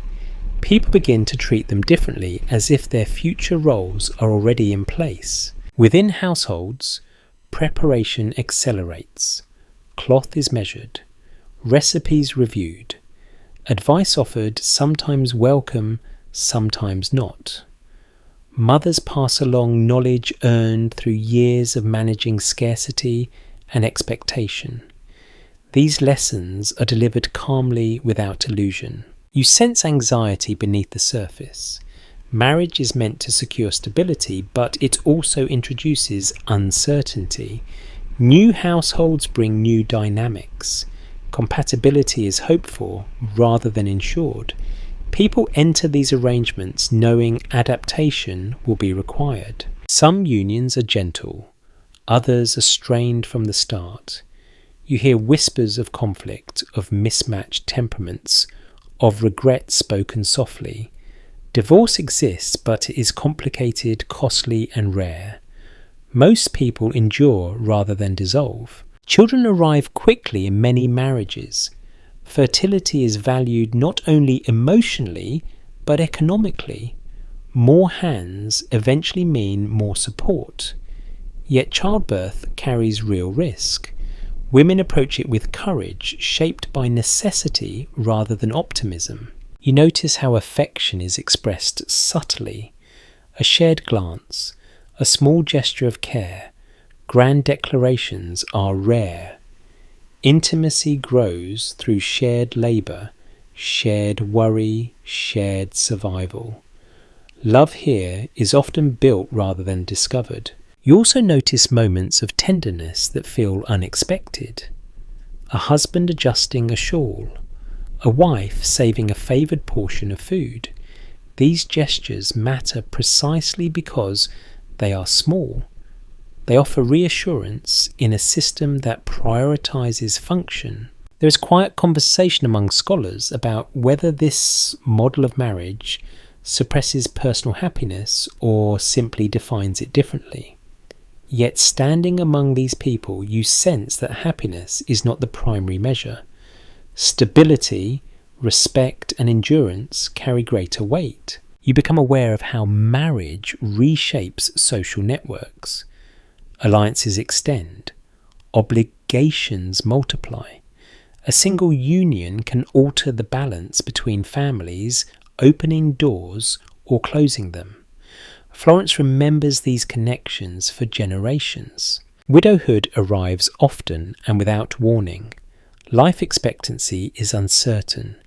You see widows managing households, negotiating contracts, continuing family lines with remarkable resilience. Marriage may define entry into adulthood, but survival often demands independence later. A small but telling observation emerges. Wedding celebrations are brief compared to the preparation. Feasts occur, music plays, but life returns to routine quickly. There is no extended honeymoon. The next morning looks much like any other. As evening deepens, you see couples walking together, silhouettes, merging briefly in lamplight. Their conversations are low, practical, familiar. Romance exists here, but it does not dominate. It shares space with obligation. You reflect on how different this feels from modern expectation. Choice is narrower. Security is prized. Love adapts rather than leads. Yet within these constraints, people still seek comfort, understanding, and connection. As you move on, you carry the sense that marriage in Florence is less a personal milestone and more a civic mechanism. It organises property, labour and lineage quietly, persistently. And as the streets darken and voices soften, you understand that these unions, arranged or chosen, tender or strained, form the backbone of the city's continuity. Florence survives through these careful bonds, repeated generation after generation, not because they are perfect, but because they are enduring. You start to notice clothing not as decoration, but as language. Every fabric speaks before its wearer does. As you walk through Florence, your eyes learn to read texture and colour the way others read letters. Wool signals reliability. Linen suggests cleanliness and order. Silk, when it appears, stops conversations briefly without trying. You feel the weight of your own clothes more clearly now. Layers matter. They protect against weather, but they also protect against judgment. Clothing here is a public statement made daily, whether you intend it or not. People are assessed quickly, quietly, and often accurately based on what they wear. Florence keeps rules about appearance, though they shift often and are enforced unevenly. Certain colours and materials are restricted to specific classes or occasions. These rules are not just about morality. They're about keeping hierarchy legible. When status is visible, social friction stays manageable. You watch a man adjust his sleeve before entering a shop. The fabric is plain but clean. That choice matters. It signals respectability. You notice how often people smooth their clothing even when it is already neat. This is not vanity. It is maintenance of reputation. One subtle practice becomes apparent as you observe more closely. Clothing is designed to be altered. Seams are generous. Garments are let out or taken in as bodies change. Nothing is disposable. Fabric carries time with it, reshaped again and again to fit new circumstances. You pass a woman whose dress has clearly been reworked. A panel of different cloth has been inserted skillfully. It does not hide poverty. It demonstrates competence. Repair here is admired when done well. Waste is frowned upon far more than visible mending. Children wear simplified versions of adult clothing. There is no separate aesthetic for youth. This accelerates their sense of belonging to the adult world. Their clothes teach them how to move, how to sit, how to carry themselves, long before anyone explains it aloud. You notice how colour functions socially. Darker shades dominate everyday wear, practical and forgiving of dirt. Brighter hues appear during festivals or special moments. When someone wears colour boldly on an ordinary day, it draws attention, sometimes admiration, sometimes suspicion. Textiles connect Florence to distant places. Dyed silks and fine threads arrive through complex trade routes. You sense this global reach quietly embedded in everyday garments. Even modest clothing carries traces of distant labour and exchange. You overhear a comment about a neighbour dressing above their station. The tone is not angry but amused. Overreaching through clothing is considered foolish. It invites scrutiny. People prefer subtle signals to loud declarations. There is an unspoken understanding that clothing can open or close doors. A well-chosen outfit earns patience. A careless one shortens conversations. You feel this influence shaping interactions around you. At the same time, clothing offers a degree of protection. When bodies are mostly covered, movement becomes more deliberate. Touch is regulated. Boundaries are clearer. This matters in a crowded city where space is constantly negotiated. You notice how clothing interacts with weather and work. Sleeves are rolled precisely, cloaks are adjusted to free hands. Practicality overrides elegance when labour begins. The same garment serves multiple roles throughout the day. Footwear tells its own story. Shoes are sturdy, repaired, often shaped by uneven streets.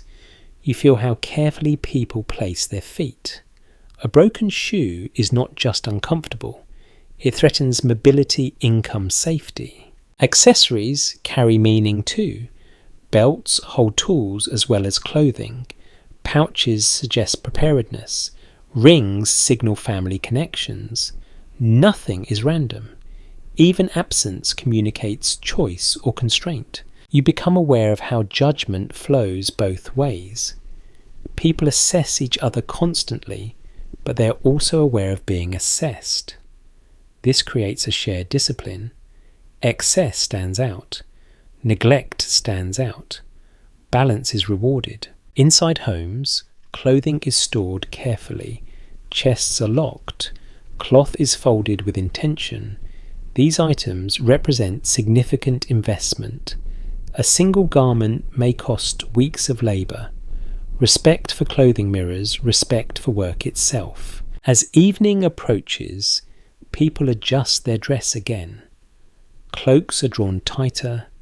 Head coverings reappear. The city cools and clothing responds.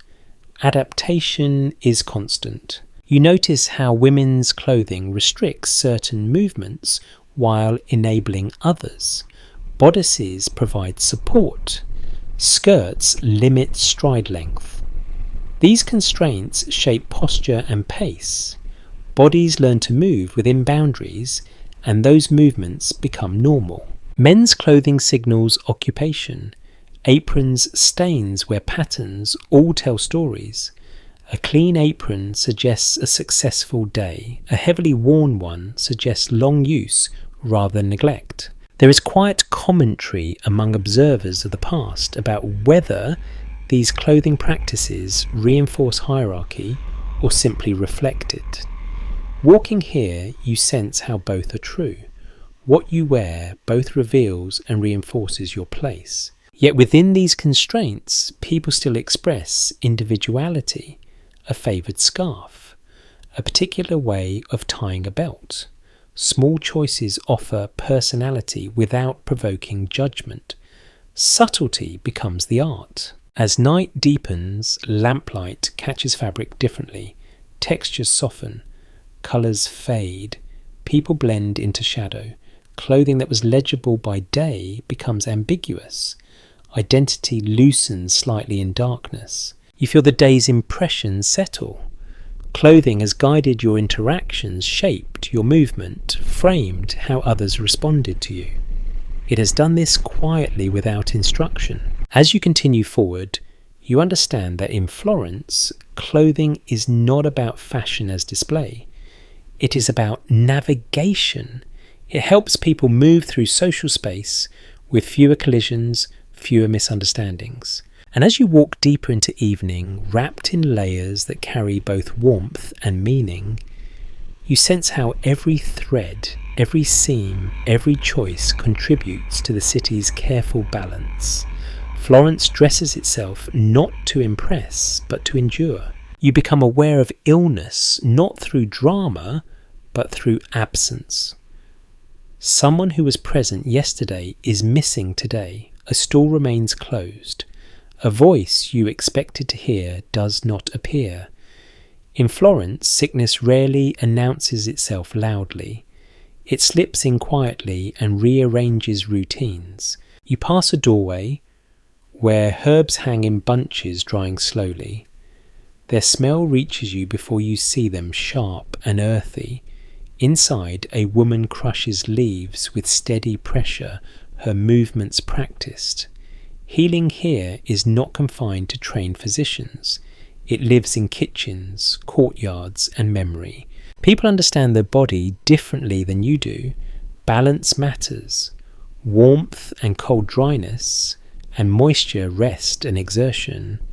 When something feels wrong, the first response is adjustment. Less food, different food, more sleep if possible.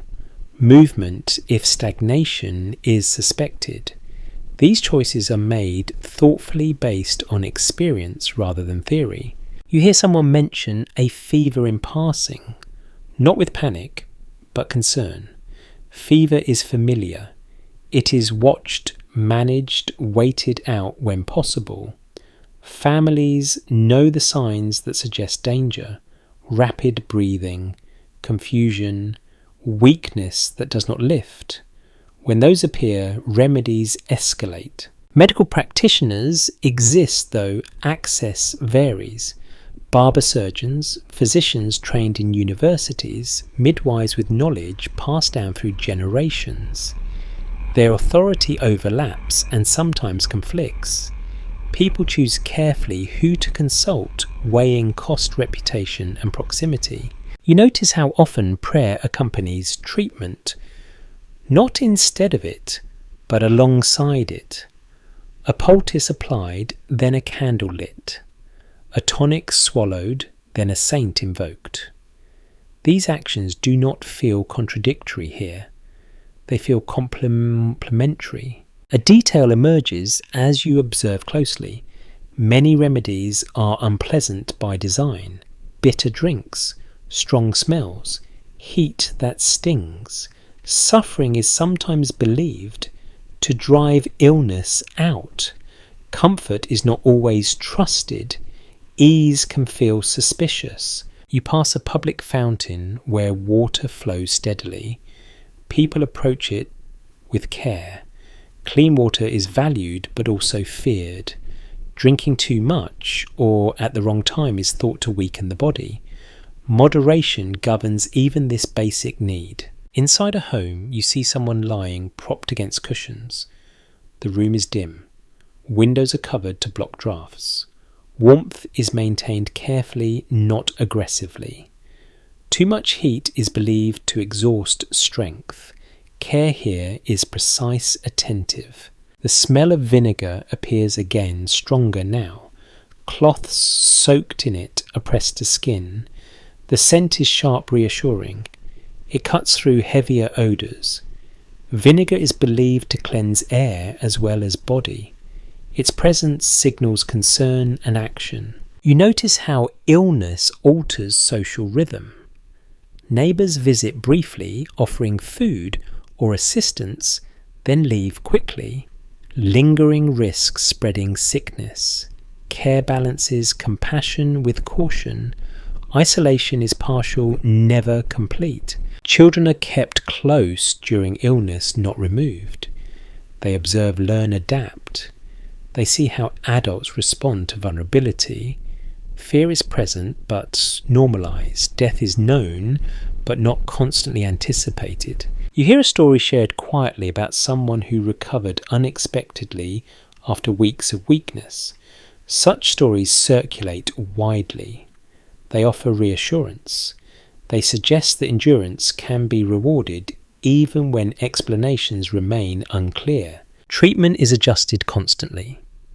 What worked yesterday may be abandoned today. Bodies are observed carefully. Appetite, sleep, colour, mood. Caregivers become experts through necessity. Their knowledge is practical, intimate, specific. There is conversation among later observers of this world about how effective these treatments truly are. Some point to survival rates, others to coincidence. Standing here, you sense that effectiveness is measured differently. Relief matters. Hope matters. Feeling attended to matters. You notice how illness redistributes labour. Someone else takes over tasks. Children help more. Work slows then resumes when possible. The household flexes to accommodate weakness. This adaptability is essential. At times, illness isolates. At other times, it brings people closer. A shared vigil. A whispered conversation in low light. Bonds form under pressure. Memory is shaped here quietly. You see someone recover enough to sit upright. The change is subtle but celebrated. A smile appears. Food is offered. Strength returns incrementally. Recovery is not a moment, it is a process. There are losses too.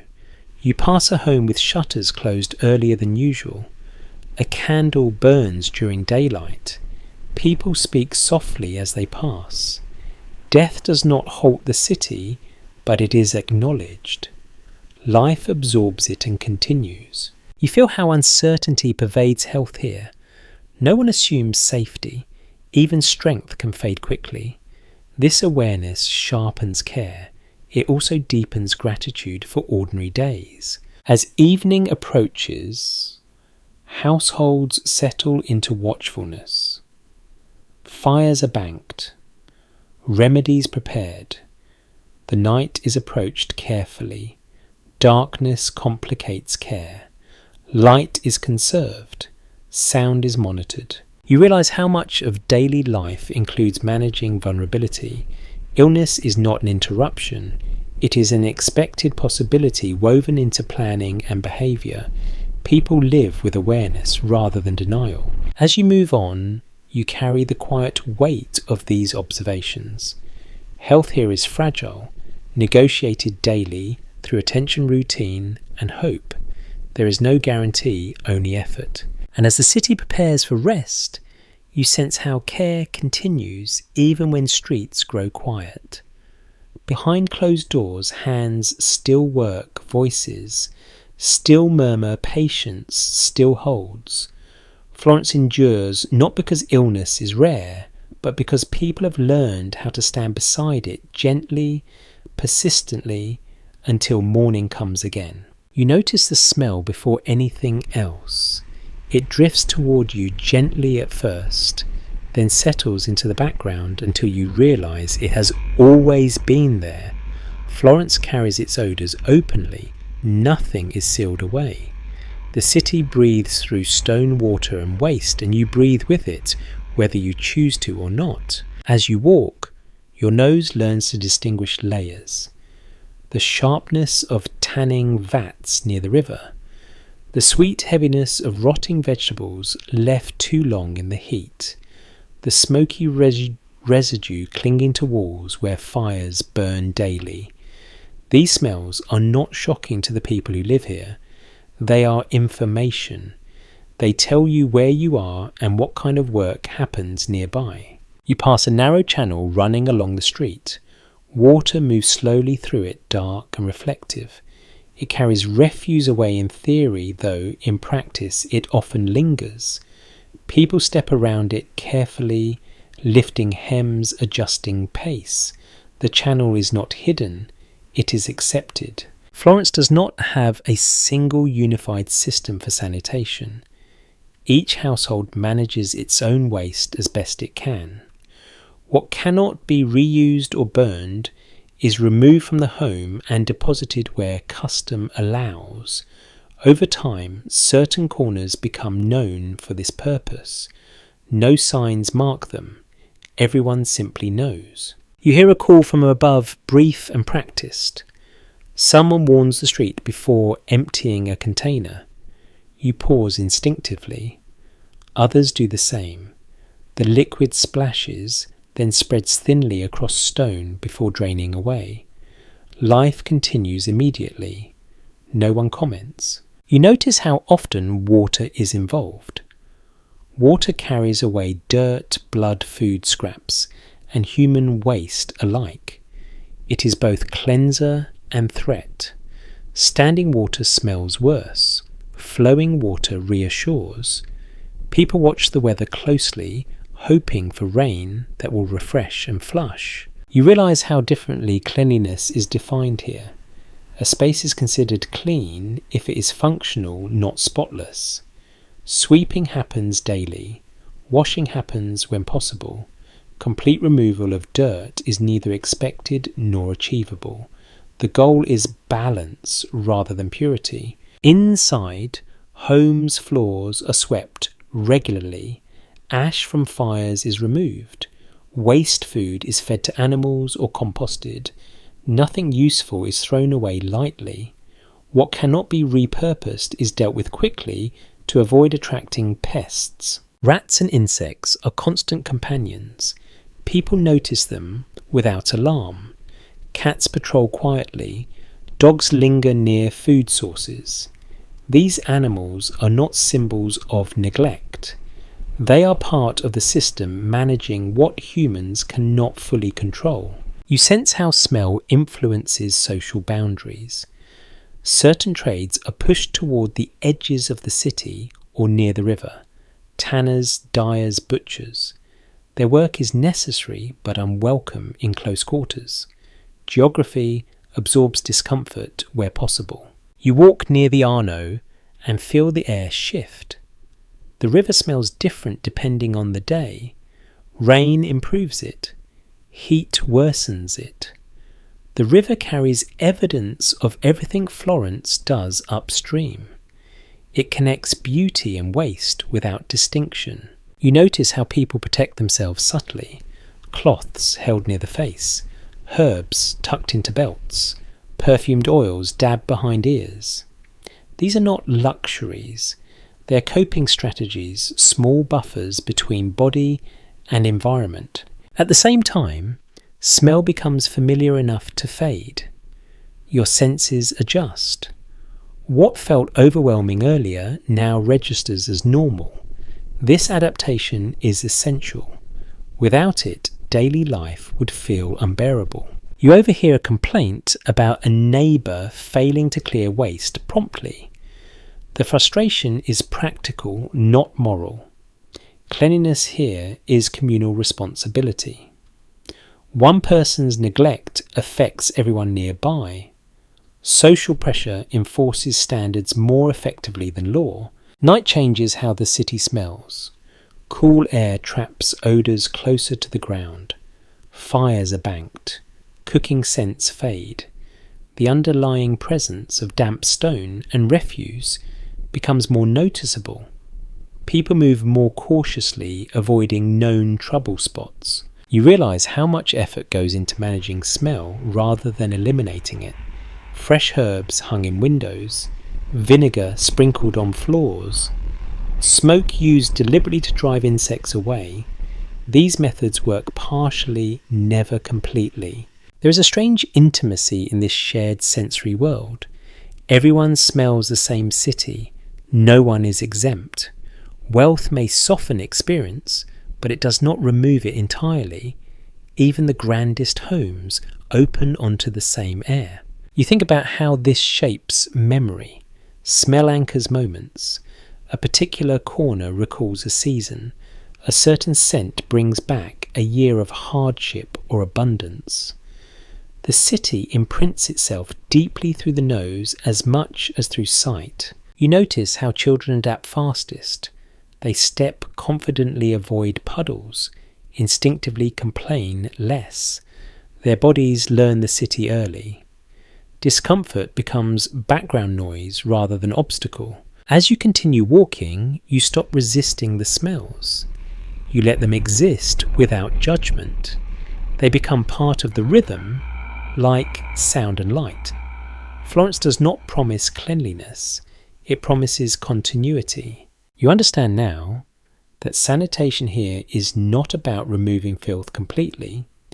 It is about preventing collapse. As long as waste moves, as long as disease does not spread too quickly, the system is considered successful. This knowledge hums beneath daily behaviour. People adjust habits to avoid danger rather than eliminate it. Caution replaces control. As evening deepens, you see doors close earlier in certain streets. Smells linger more strongly there. People know where not to linger. The city teaches this knowledge quietly. You move on, stepping carefully, breathing shallowly, when needed, deeply when the air allows.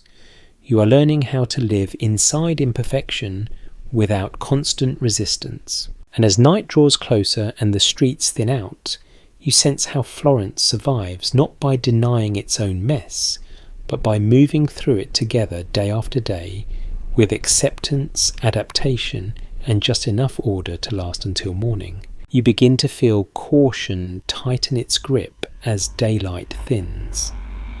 Florence changes subtly when people start thinking about consequences. Voices lower. Steps become more deliberate. Corners are approached with awareness rather than habit. Crime here is not constant chaos. It is selective, opportunistic, and shaped by inequality as much as intent. You hear stories before you see evidence. A whispered warning about a certain alley, a comment about a missing tool, a glance exchanged when a stranger lingers too long. Information travels quickly, and those who listen closely avoid trouble more often than those who rely on strength or bravado. Public punishment is part of the city's memory.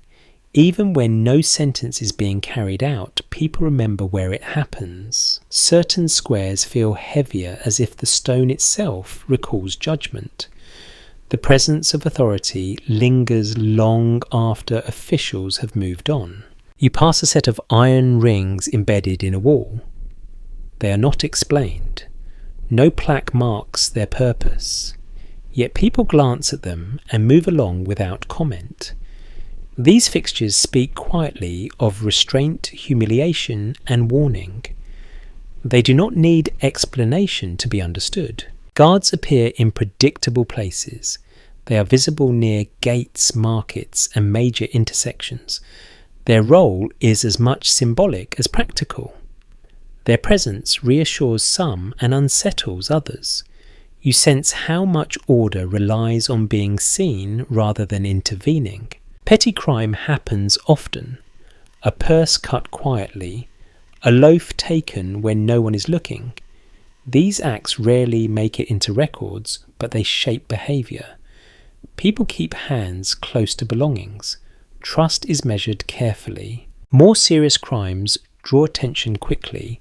Violence disrupts commerce. Disorder threatens stability. When lines are crossed, response is swift and public. Justice here favours deterrence over rehabilitation. Fear is considered an effective tool. You notice how class shapes outcome. A well-connected offender may face leniency. Someone without protection faces harsher treatment. This is understood without being spoken aloud. People learn early where they stand. Night amplifies risk. Without modern lighting, shadows claim space quickly. Torches and lanterns create islands of visibility, leaving gaps between. Moving through darkness requires memory.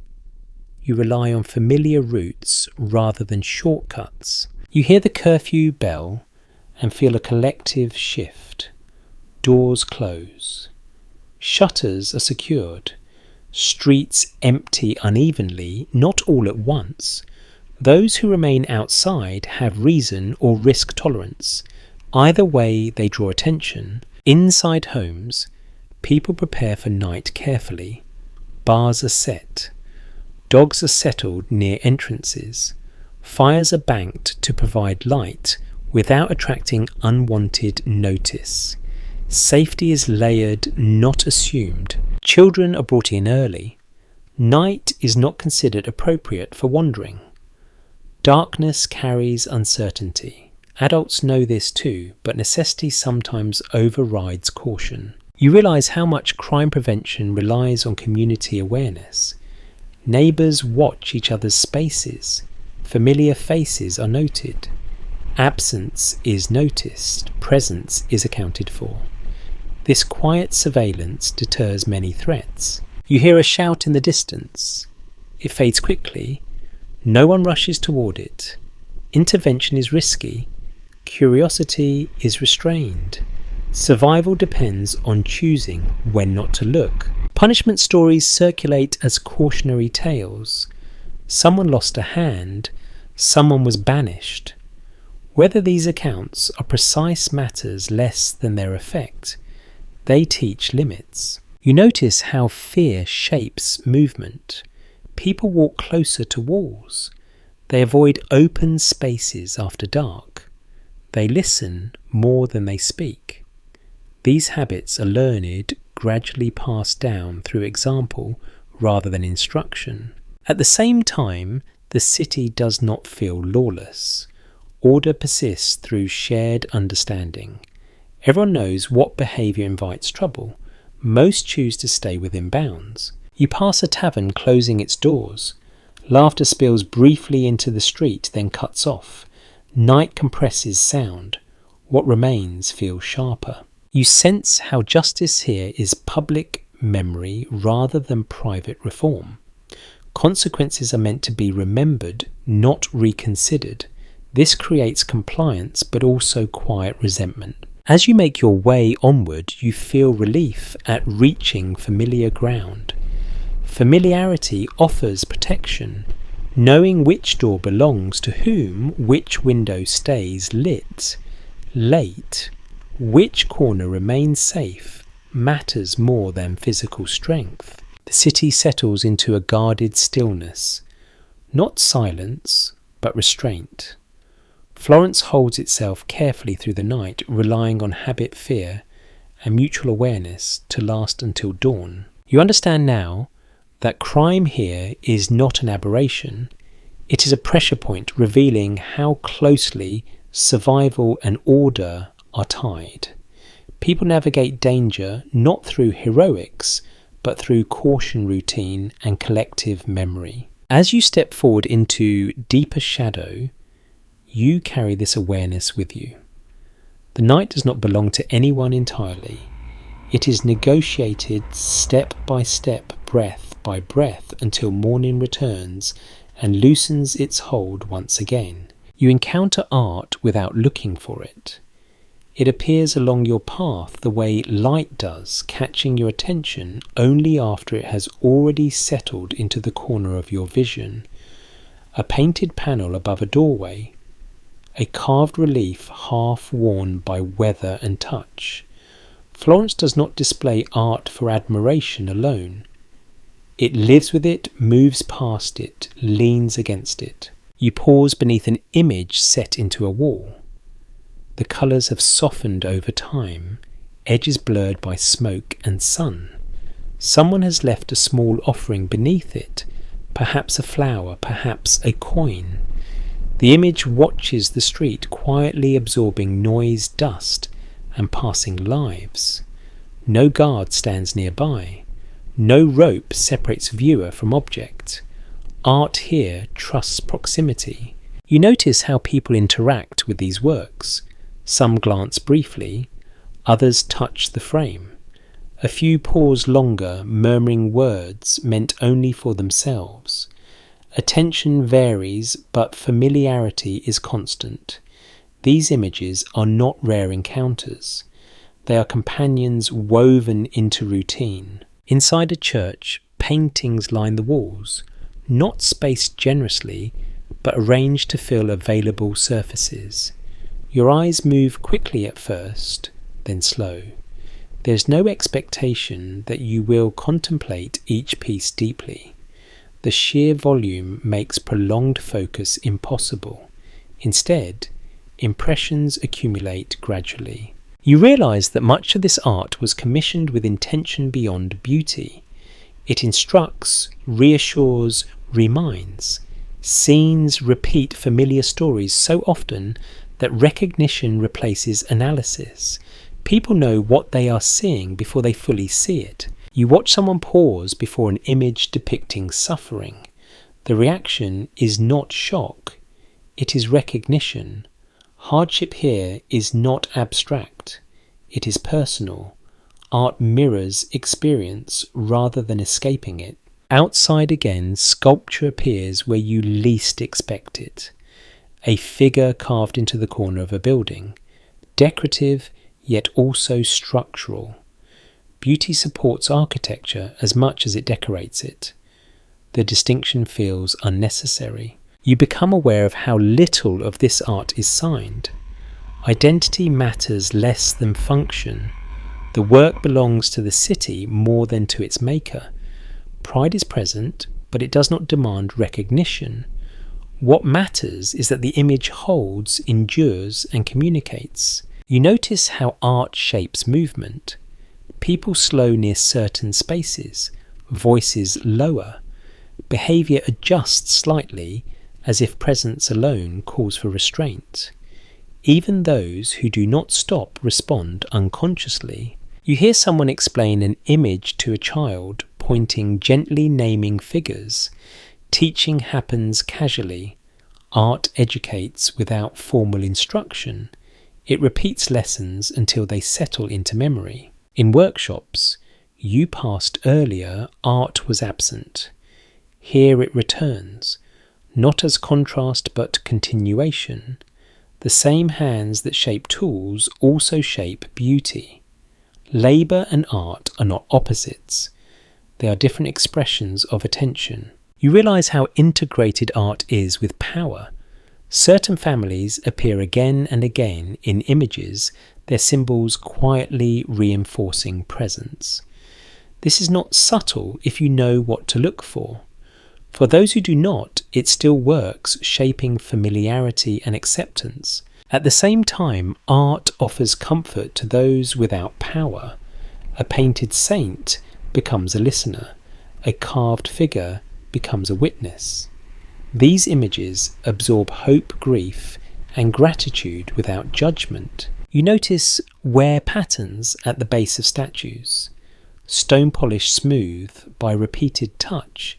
Knees brushed, hands pressed. Art here is interacted with physically. It is not protected from life. Life leaves marks on it. Light changes how these works appear. Morning reveals detail. Afternoon flattens colour. Evening softens everything into suggestion. Art adapts to time, never looking quite the same twice. You think about how different this feels from a gallery. There is no expectation of quiet reverence. Noise continues. Life passes. Art coexists rather than interrupts. You catch yourself adjusting your pace near a familiar image. You have begun to respond as others do without thinking. The city trains attention subtly through repetition rather than instruction. As darkness approaches, lamplight catches surfaces unevenly. Faces in paintings emerge briefly, then disappear again. Sculpture casts long shadows that distort form. Beauty becomes more suggestive than precise. You understand now that art in Florence is not a destination, it is infrastructure. It supports belief, power, education, and comfort simultaneously. It is encountered in fragments rather than wholes. You move on carrying impressions rather than conclusions. The images remain behind, watching new passers-by, absorbing new moments. They do not require acknowledgement to function. As you walk deeper into evening, you feel how art continues to work even when unseen. It shapes memory, behaviour and expectation quietly. It does not demand admiration, it accepts presence. And as the street narrows and light fades, you sense that Florence itself is a kind of artwork, layered, imperfect, and constantly interacted with, not preserved, lived in. You carry that understanding forward, knowing that tomorrow you will pass these same images again. Perhaps noticing different details, perhaps not at all. Either way, they will remain steady and patient, holding space for lives that continue to move around them day after day. You begin to notice patterns behind the beauty, not immediately, not obviously, but gradually as names repeat and symbols recur in places that feel too intentional to be coincidence. Certain coats of arms appear more often than others. Certain saints are favoured in specific neighbourhoods. Influence leaves fingerprints even when it tries to remain discreet. You pass a building whose facade feels heavier, more deliberate. Stone is cut more finely here. The doorway is wider. Above it, an emblem marks ownership without explanation. People walk past it with a mix of familiarity and restraint. They know who lives here even if they never say the name aloud. Patronage operates quietly, shaping what gets built, painted, repaired, or ignored. Money directs attention long before it directs taste. You sense how commissions are discussed behind closed doors, negotiated through relationships rather than contracts alone. Favour travels along family lines and social memory. Inside a church, you recognise the pattern again. One chapel gleams slightly brighter than the others. Its frescoes are better maintained. Candles burn there more often. This is not accident. Care follows investment. Devotion is encouraged where wealth has already settled. You notice how artists navigate this environment. Skill alone is not enough. Reputation must be cultivated carefully. Association matters. A successful commission opens doors. A failed one closes them quietly. Artists learn to balance expression with expectation. You hear a conversation about a project delayed because funds have shifted elsewhere. No outrage follows. Redirection is normal. Artistic ambition adjusts to financial reality without much resistance.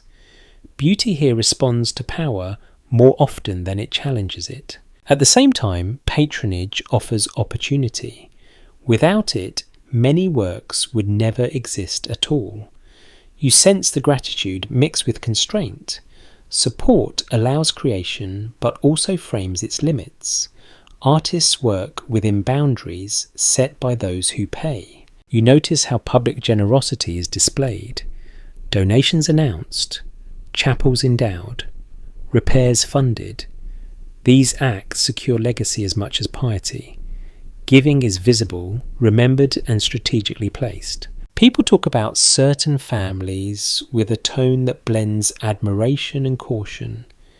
Their names carry weight. Their absence from a project is noted as much as their involvement. Influence is measured by expectation rather than action. You walk past a workshop where an unfinished piece waits. The work is careful, restrained. You sense the artist's awareness of who will judge it. Risk is calculated. Innovation is introduced slowly, wrapped in familiarity to ensure acceptance. You realise how this shapes the city's look.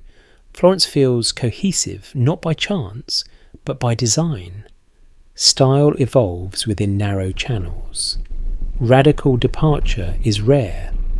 Continuity reassures those who invest. Yet within these limits, creativity persists. artists find ways to insert subtle details, personal touches that pass unnoticed by patrons but remain visible to those who look closely. Expression survives through nuance. You notice how power prefers permanence, stone over wood, fresco over temporary decoration. Investment aims to outlast individuals. Buildings and images become anchors for family memory long after names fade from conversation. As you observe, you understand that patronage is not purely transactional. It binds people together through obligation. Artists owe loyalty, patrons owe protection. The relationship extends beyond the work itself. You feel the city responding to these dynamics. Neighbourhoods change when funding shifts. A repaired street feels safer. A neglected corner grows quieter. Money alters atmosphere as much as structure. You pass a public work funded long ago. Its benefactor is no longer alive yet, the influence remains. People still gather there.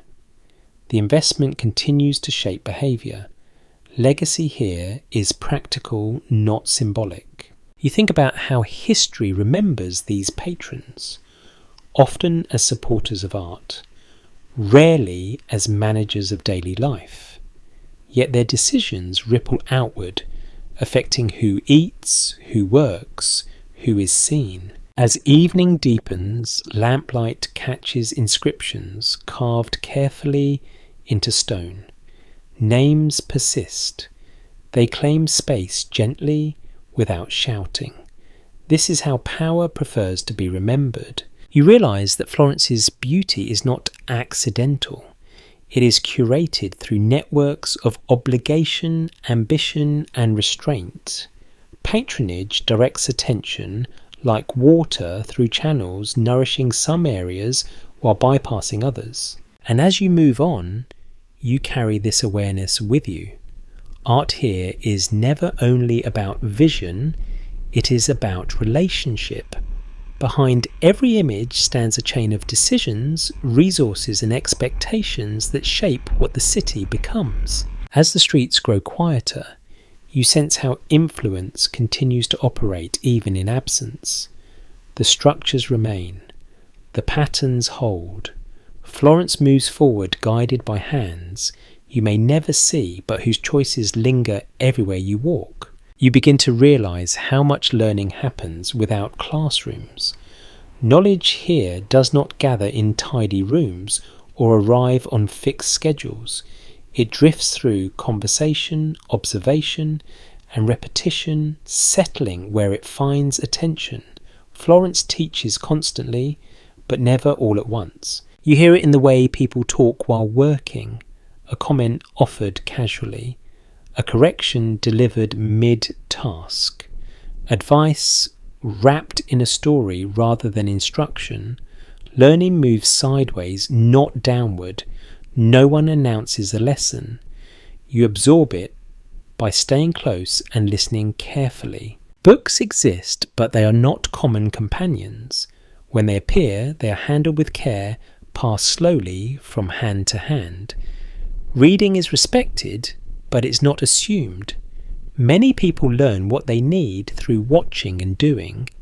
Skill outranks theory in daily life. You watch an older artisan show a younger one how to adjust pressure, not by explaining, but by placing a hand over another hand, guiding the motion briefly, then stepping away. The lesson lasts seconds, but its effect persists. This is how expertise transfers here, quietly and efficiently. In homes, knowledge moves through routine. Children learn by imitation long before they understand why something is done a certain way. They watch how bread is stored, how water is measured, how voices lower in certain moments. These details shape behaviour without needing explanation. You notice how stories function as instruction. Tales of past mistakes, accounts of illness survived or ignored too long. These narratives teach caution without sounding like warning. Memory becomes a tool. You hear debates unfold in public spaces, not formal but lively. Opinions traded at stalls. Ideas tested through conversation. Philosophy is not confined to scholars. It seeps into daily speech, shaping how people interpret fortune, misfortune, and responsibility. You sense how curiosity is managed carefully. Asking too many questions can be risky. Knowledge has value, and revealing ignorance can invite exploitation. People learn when to ask, when to listen, and when to remain silent. Travellers bring ideas with them. Accents signal difference. New habits attract attention. Florence absorbs these influences selectively. Some practices spread quickly, others are resisted quietly. The city filters information through practicality. You pass a group discussing a recent event, each version slightly different. Facts bend as they move. Accuracy matters less than usefulness. What matters is what the story does, how it prepares listeners to act. You notice how children participate in this exchange early. They linger near conversations, pretending to be occupied, absorbing language and tone. Learning here is opportunistic. You take what you can when it appears. Inside churches, sermons function as education as much as devotion. Moral lessons are framed through familiar situations. Behaviour is shaped through repetition. Listening becomes a civic skill. You see how writing appears in public spaces, notices posted, symbols painted. These serve those who can read and those who cannot. Images support words. Understanding does not require literacy alone. You notice how expertise is recognised socially rather than formally. People know who to ask about illness, about repairs, about disputes. Authority comes from demonstrated reliability, not certification. Trust is earned slowly and remembered. In workshops, mistakes are visible and instructive. A poorly made object is not hidden. It becomes an example. Failure teaches as much as success. Shame is less important than improvement. You sense how innovation moves cautiously. New ideas are introduced gently, often framed as extensions of familiar practice. Sudden change invites suspicion. Gradual adaptation feels safer. You hear someone mention a concept learned from a traveller weeks ago, now repeated as if it has always been known. This is how knowledge settles. It becomes ordinary through use. You notice how memory replaces record keeping in many areas. People remember who owes what, who knows how to do something, who can be trusted. This memory is collective. It persists through conversation. As evening approaches, learning slows but does not stop. Stories surface during meals. Advice is offered casually. Reflection happens quietly.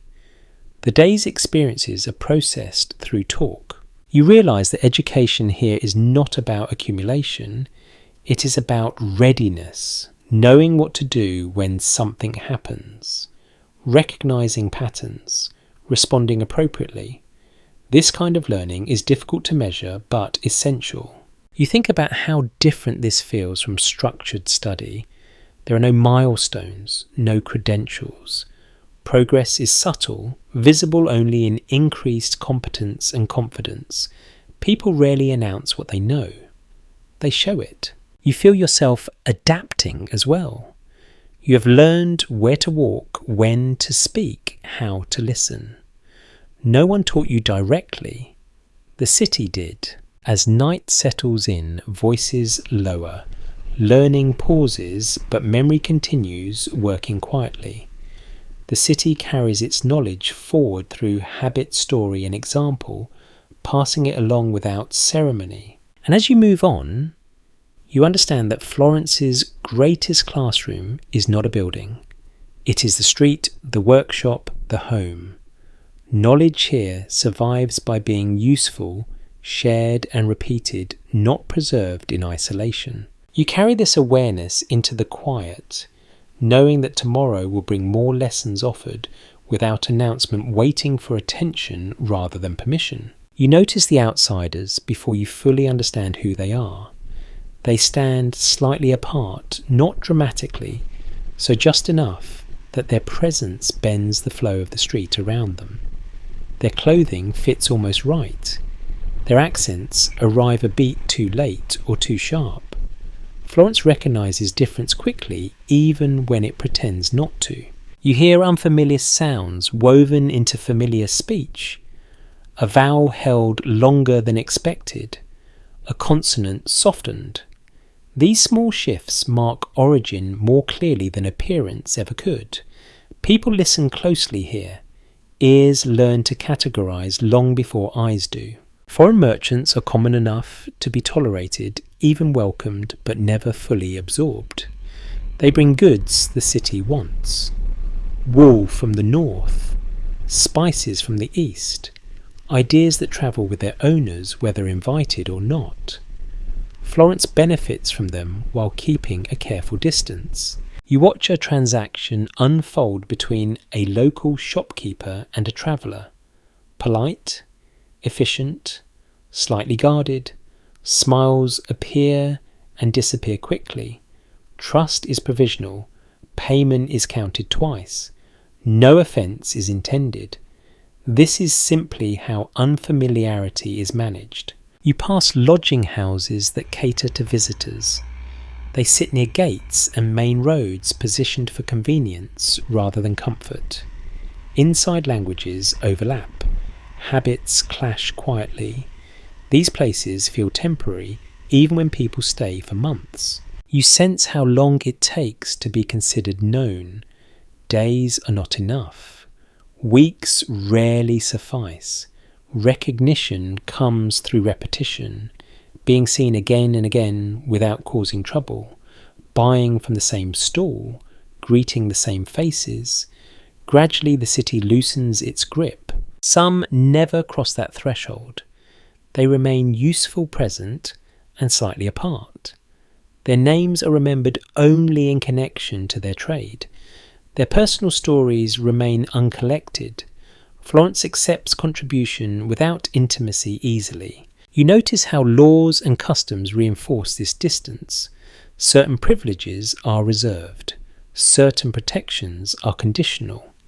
Outsiders learn these boundaries quickly through experience rather than explanation. The city does not always say no directly. It simply closes doors quietly. At the same time, curiosity exists. Children stare openly. Adults ask careful questions. Where are you from? How long will you stay? What do people eat there? These inquiries are not hostile. They are assessments. You hear stories circulate about foreigners who settled successfully, married locally, joined guilds, built families. These stories carry a tone of exception rather than expectation. They reassure listeners that integration is possible but not guaranteed. You also hear warnings, tales of outsiders blamed when things go wrong, when prices rise, when illness spreads, when unrest stirs and difference becomes convenient explanation during uncertainty. You sense how quickly belonging can be questioned. You pass a group speaking quietly in a language you do not recognise. Their voices lower when locals approach, not out of shame but caution. Being overheard invites interpretation. Misunderstanding carries risk. Yet within these communities, life continues fully. Traditions persist. Food smells different. Celebrations follow unfamiliar rhythms. Outsiders carry their worlds with them compressed into rooms and routines that fit inside Florence without dissolving into it. You notice how certain neighbourhoods gather difference more densely. Proximity offers safety. Familiar language reduces effort. Shared customs provide relief. These enclaves are not sealed. They are permeable, shifting with trade and time. You realise how essential these outsiders are to the city's identity. Florence defines itself partly by contrast. Who belongs is clarified by who does not quite fit. The boundary sharpens the centre. At the same time, Florence changes through contact. New techniques appear, new tastes emerge, fashion shifts subtly, ideas slip in under the cover of commerce. The city resists and absorbs simultaneously. You watch a local imitate a foreign gesture awkwardly, then laugh it off. Exchange happens in moments like this. Small, imperfect human. Influence does not require approval to work. You notice how religious difference is handled carefully. Shared rituals smooth interaction. Difference is noted but managed through formality. Public harmony matters more than private agreement. As evening approaches, outsiders tend to withdraw earlier. Familiar routes feel safer. Known faces offer reassurance. Night magnifies difference. Being unknown carries more weight after dark. You feel the tension yourself. Standing out draws attention. Blending in requires effort. Florence rewards those who learn its rhythms quickly, those who do not remain visible longer than they might wish. You realise that belonging here is not a switch. It is a gradient. People move along it slowly, sometimes backward, sometimes forward. Few ever reach the centre fully. Most settle somewhere in between. You pass a traveller packing goods, carefully preparing to leave. Departure is as common as arrival. Florence does not mourn every absence. The city is used to turnover. It continues regardless. Yet, traces remain. A word borrowed, a recipe adapted, a tool redesigned slightly. Outsiders leave marks even when their names fade. The city remembers through change rather than record. As you move on, you carry the awareness that Florence is not closed, but it is cautious. It opens selectively on its own terms. Difference is tolerated when useful admired, when profitable questioned, when convenient. And as the streets grow quieter and voices thin out, you sense how the city holds its identity carefully shaped by those who belong fully and those who pass through, both necessary, both shaping what Florence becomes, even if only briefly, before moving on again. You feel the shift before you see it. The air carries a different energy, lighter and louder, as if the city has decided to loosen its grip for a moment.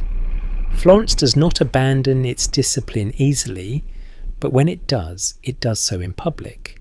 Celebration here is collective by design. You hear music first. Simple instruments, familiar tunes. The sound pulls people toward open spaces, toward one another. Voices rise without caution.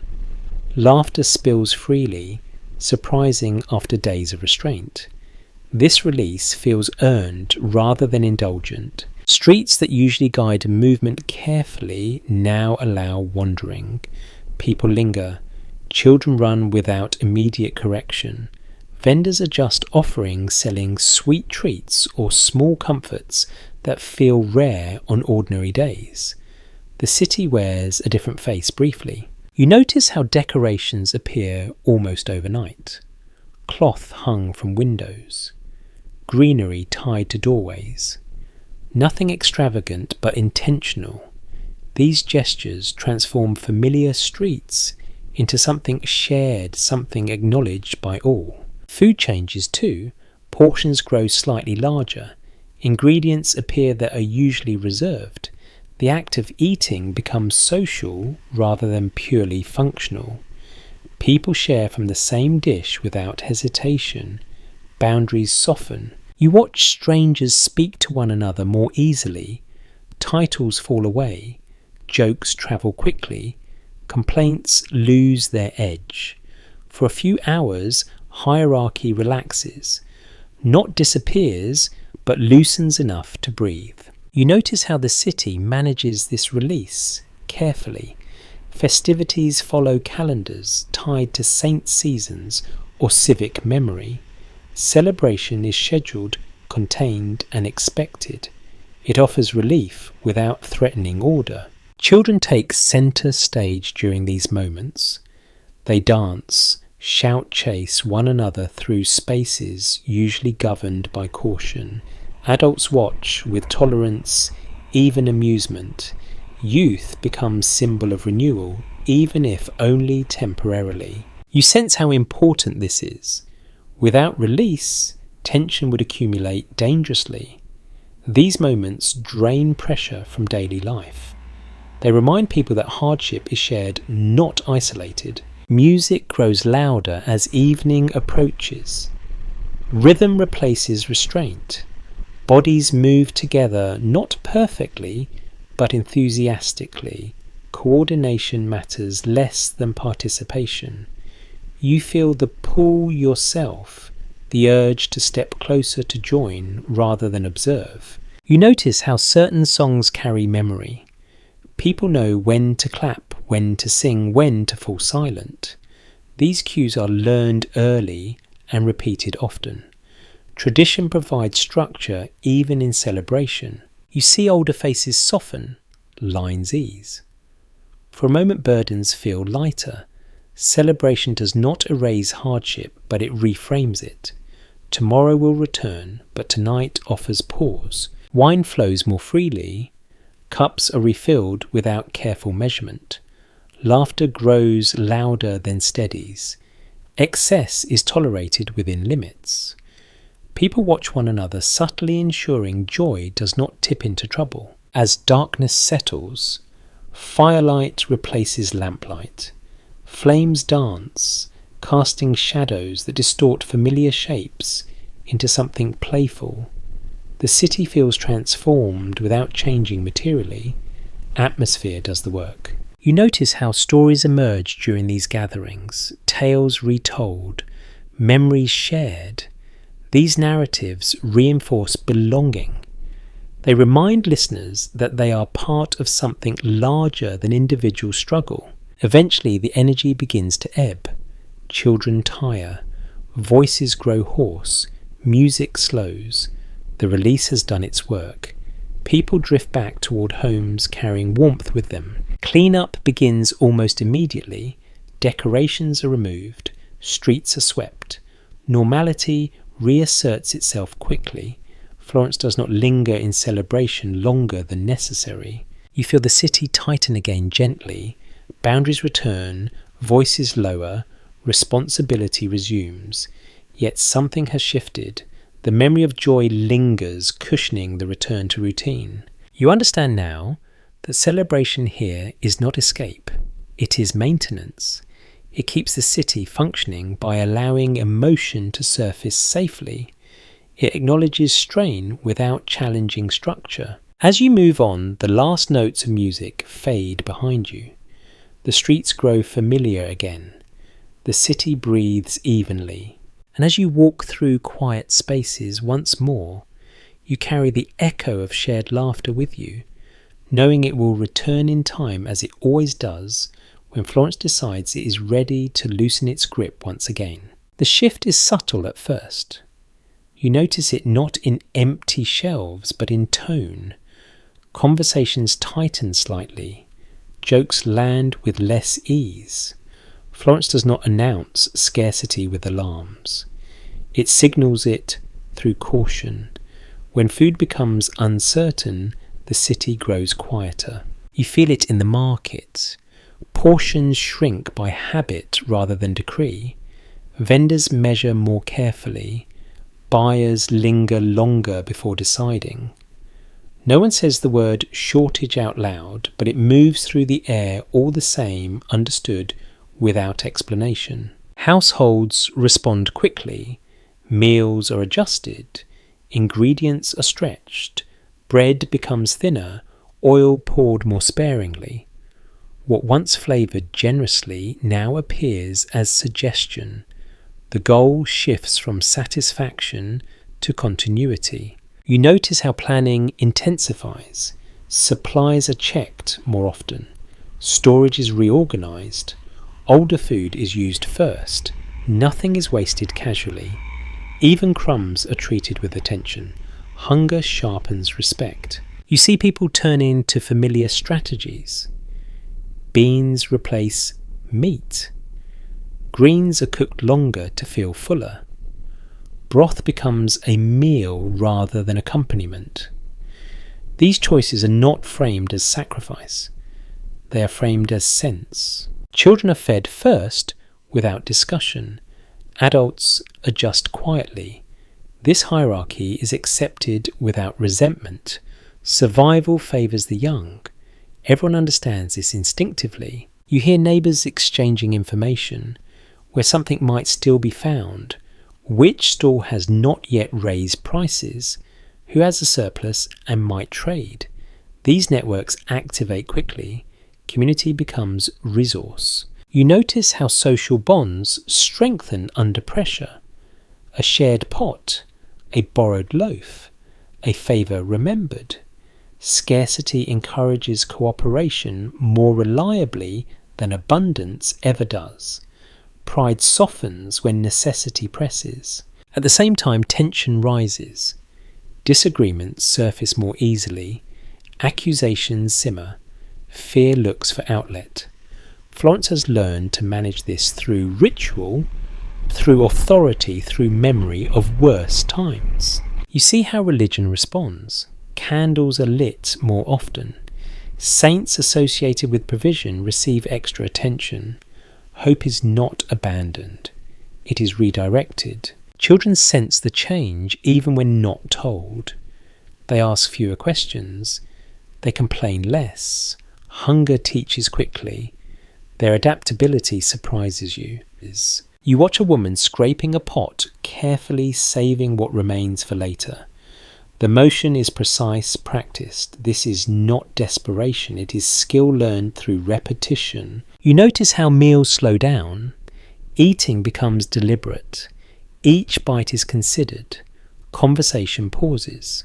Food demands respect when it is not guaranteed. You also notice resilience. People do not collapse under scarcity. They adjust posture, expectation, rhythm. Florence has survived this before. Memory provides confidence. As days pass, the city settles into a new balance. Not comfortable, but workable. Life continues within narrower margins. Creativity turns toward endurance rather than display. You sense how scarcity sharpens observation. People notice what they need more clearly. Excess loses appeal. Function rises in importance. Eventually signs of relief appear. A shipment arrives. Weather shifts, supply loosens slightly. The city exhales without celebration. Gratitude is quiet. You realise that food insecurity here is not an emergency state. It is a familiar condition managed through habit, cooperation and restraint. Florence does not panic. It adapts. As you move on, hunger hums softly in the background, reminding you how dependent everything else is on these small, careful adjustments. And as night falls, homes settle into modest meals and quiet gratitude, knowing that survival here is not about abundance, but about knowing how to last until tomorrow brings whatever it brings next. Night does not arrive all at once. It seeps in gradually, dimming edges, softening outlines, changing how far you are willing to see. Florence becomes cautious as the light fades, not fearful, just attentive. You feel it in your own body as your steps slow slightly and your awareness stretches outward. Lamps begin to appear one by one. Their glow is modest, never enough to banish darkness completely. Instead, they create small islands of safety, leaving the spaces between them uncertain. You learn quickly to move from light to light, choosing paths you already know rather than testing unfamiliar shortcuts. Shutters close with steady rhythm. Doors are secured. The city tucks itself inward like a creature protecting its vulnerable parts. What was public by day becomes private by night. Voices drop. Laughter thins. Conversation turns practical. You notice how sound changes after sunset. Footsteps echo more clearly. A cough carries farther. A distant shout draws attention even when it fades quickly. The night amplifies uncertainty. People listen more than they speak. Inside homes. Routines shift. Meals are simpler, now eaten earlier when possible. Fires are adjusted carefully, bright enough to see by, but not so bright as to attract notice from the street. Light is valuable. Darkness is accepted. You watch a family settle in. Bedding is arranged communally. Blankets are shared. Proximity offers warmth and reassurance. Sleep here is not solitary. It is collective, shaped by necessity rather than preference. Children are guided gently toward rest. Stories are told quietly, not for entertainment alone, but to steady the mind. Familiar words calm nerves. Repetition signals safety. The day is reviewed briefly, then allowed to pass. Outside, the streets empty unevenly. Some areas fall silent quickly. Others retain movement longer, shaped by trade necessity or risk. Taverns glow softly, voices spilling out briefly before being pulled back inside. You sense how night reorganizes power. Those who control space by day retreat. Those who move comfortably in darkness gain advantage. This shift is temporary but understood. Everyone adjusts accordingly. You notice how people dress differently at night. Cloaks drawn tighter. Head coverings pulled low. These choices are not about modesty alone. They reduce visibility, protect against chill, and obscure identity just enough to feel safer. Dogs become more noticeable now. Their presence reassures. Their alertness signals trouble before it arrives. Barking draws attention quickly, which is often enough to discourage intrusion. You feel the tension between rest and vigilance. Sleep is necessary but not careless. Ears remain attuned to unusual sound. Bodies sleep lightly, waking easily. Full surrender to rest is rare. You pass a window where someone keeps watch, briefly peering out before withdrawing. This quiet monitoring happens throughout the city. Night safety depends on shared attentiveness more than force. The smells of the city shift again. Cooking scents fade. Damp stone becomes more prominent. Smoke lingers lower. The air feels heavier closer. Breathing slows naturally. You notice how memory guides movement now. Familiar routes feel safer even if they are longer. Known doorways offer comfort. The city becomes a map of remembered experiences rather than visible landmarks. Inside a home, someone stirs a final pot of water preparing for morning. Planning continues even as rest approaches. Night is not empty time, it is preparation space. You see how illness, fear and hunger feel closer at night. Without daylight's distractions, worries surface more easily. People respond by staying near one another by keeping small routines intact. Candles burn down carefully. Stubs are saved. Nothing is allowed to waste. Light must last as long as possible. You realise how different sleep feels here. It is not escape, it is suspension. A pause taken cautiously, aware that the world continues moving beyond awareness. You lie down among others, bodies shifting, settling. Breathing synchronises slowly. Warmth builds. Familiar sounds return. The creak of wood. The distant murmur of the city settling. Dreams arrive lightly. They borrow images from the day, bells, faces, streets. The mind does not wander far. Even sleep remains anchored to reality. Outside Florence holds its breath, not in fear but in restraint. The night is endured, not enjoyed. It is passed through carefully, hour by hour. You sense how deeply this rhythm is learned. People do not complain about it. They accept it as the shape of things. Night teaches patience as effectively as day teaches effort. As hours pass, the city remains mostly still. Occasional movement punctuates the quiet, then fades. Life waits, conserving energy. You drift closer to sleep, aware that rest here is an agreement with uncertainty rather than a guarantee. You sleep because you must not, because you feel entirely safe. And as darkness wraps around the city, holding it gently but firmly, you understand that surviving the night in Florence is not about conquering fear, it is about sharing it quietly, trusting routines, and waiting together for the light to return once more. You discover that sleep here is never truly silent. Even when the city appears still, it continues to speak in low tones. A floorboard settles. Someone turns in their bedding. A distant voice murmurs briefly before fading.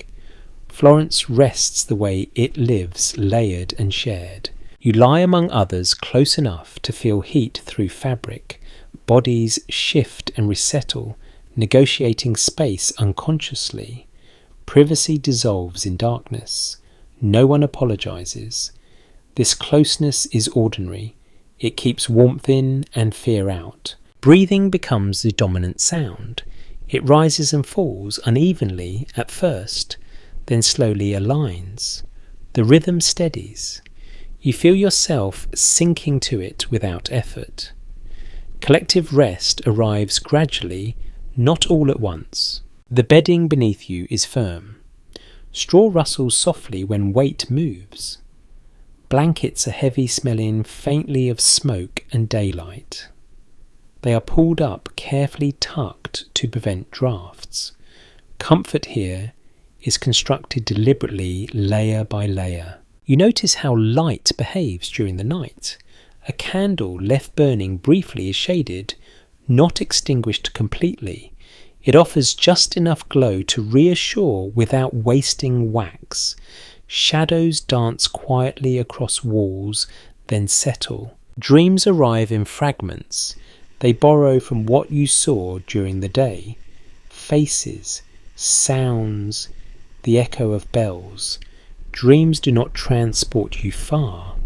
They circle familiar ground, reinforcing memory rather than escape. Someone nearby coughs, then settles again. The sound draws brief attention, then fades. Concern exists, but it does not spiral. Illness is part of life here. Night teaches acceptance alongside vigilance. You sense how people wake easily. A sudden noise sharpens awareness instantly, eyes open, bodies tense, then relax again when nothing follows. Sleep remains shallow enough to respond to threat. The city contributes its own sounds. Water moves somewhere unseen. A dog barks once, then stops. Wind brushes against shutters. These noises register, then blend back into the background. Familiarity softens them. You realise how different this is from modern expectations of rest.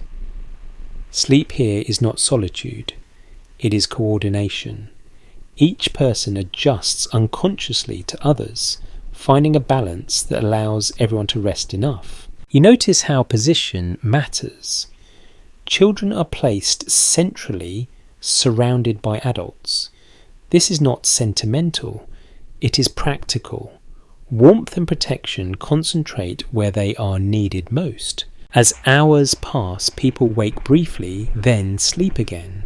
Sleep comes in waves rather than one long stretch. The body rests when it can. Vigilance alternates between occupants without plan. You hear someone whisper a prayer quietly, perhaps half asleep. Words trail off before finishing. faith slips into the night naturally without ceremony. Outside footsteps pass occasionally. Night workers move through streets with purpose. Their presence reminds you that the city never stops entirely. Rest happens alongside activity. You sense how temperature changes as night deepens. Cold presses closer. Bodies shift inward. Blankets are pulled tighter. The group responds as one organism conserving warmth. You become aware of your own thoughts slowing. The effort of staying alert eases. Familiar sounds reassure. The city holds steady. At some point a bell rings faintly in the distance. Not a call, just a reminder of time moving forward. Even in sleep, Florence keeps track. You drift deeper now. Awareness narrows, sounds soften, sensation dulls. The shared rhythm carries you. Before fully surrendering, you register how trust underpins this rest. Trust in walls, in neighbours, in routine. Without it, sleep would be impossible. The night stretches on, broken only by small awakenings that pass quickly. Nothing demands action. That itself feels like relief. Eventually, dreams thin and awareness fades. The city continues breathing around you, but more quietly now. Rest becomes heavier, steadier. You understand that sleeping here is not about retreat. It is about endurance. The body restores just enough to meet the next day. As you slip fully into rest, the sounds of Florence wrap around you like a familiar blanket. Not silence, but continuity. The night holds, and you are held within it, waiting for dawn to loosen the darkness and begin the rhythm once again. You wake briefly before morning without knowing why. No sound announces it. Your eyes open because something inside you has shifted. In Florence, sleep and waking overlap more than they separate. The mind drifts upward and downward like a tide carrying fragments with it. Dreams here feel different. They do not unfold in distant landscapes. They reuse familiar spaces. A street you walked earlier, a face you passed without speaking, a bell that rings without direction. Even asleep, your mind stays close to the city. You sense how people around you interpret these moments. Dreams are not dismissed casually. They are discussed quietly, weighed for meaning. Someone mentions seeing water in their sleep and wonders aloud what it might suggest. Another recalls a familiar figure appearing unexpectedly. These reflections do not cause alarm. They offer orientation. You notice how dreams blend easily into belief. They are treated as messages or warnings, sometimes comforting, sometimes unsettling. No one insists on certainty. Interpretation remains flexible. Meaning adjusts to circumstance. A child stirs and speaks briefly, words unclear. An adult soothes them without fully waking. Night language is accepted without demand for explanation. Some things are allowed to pass without analysis. You become aware of how omens are noticed in daily life as well. A sudden noise, an animal crossing a path, a tool breaking unexpectedly. These moments are remembered. They are discussed later, linked backward to events, once outcomes become clear. You sense how this shapes attention. People notice patterns instinctively. Coincidences linger longer than they would otherwise. The mind stays alert for connection. This does not feel like fear.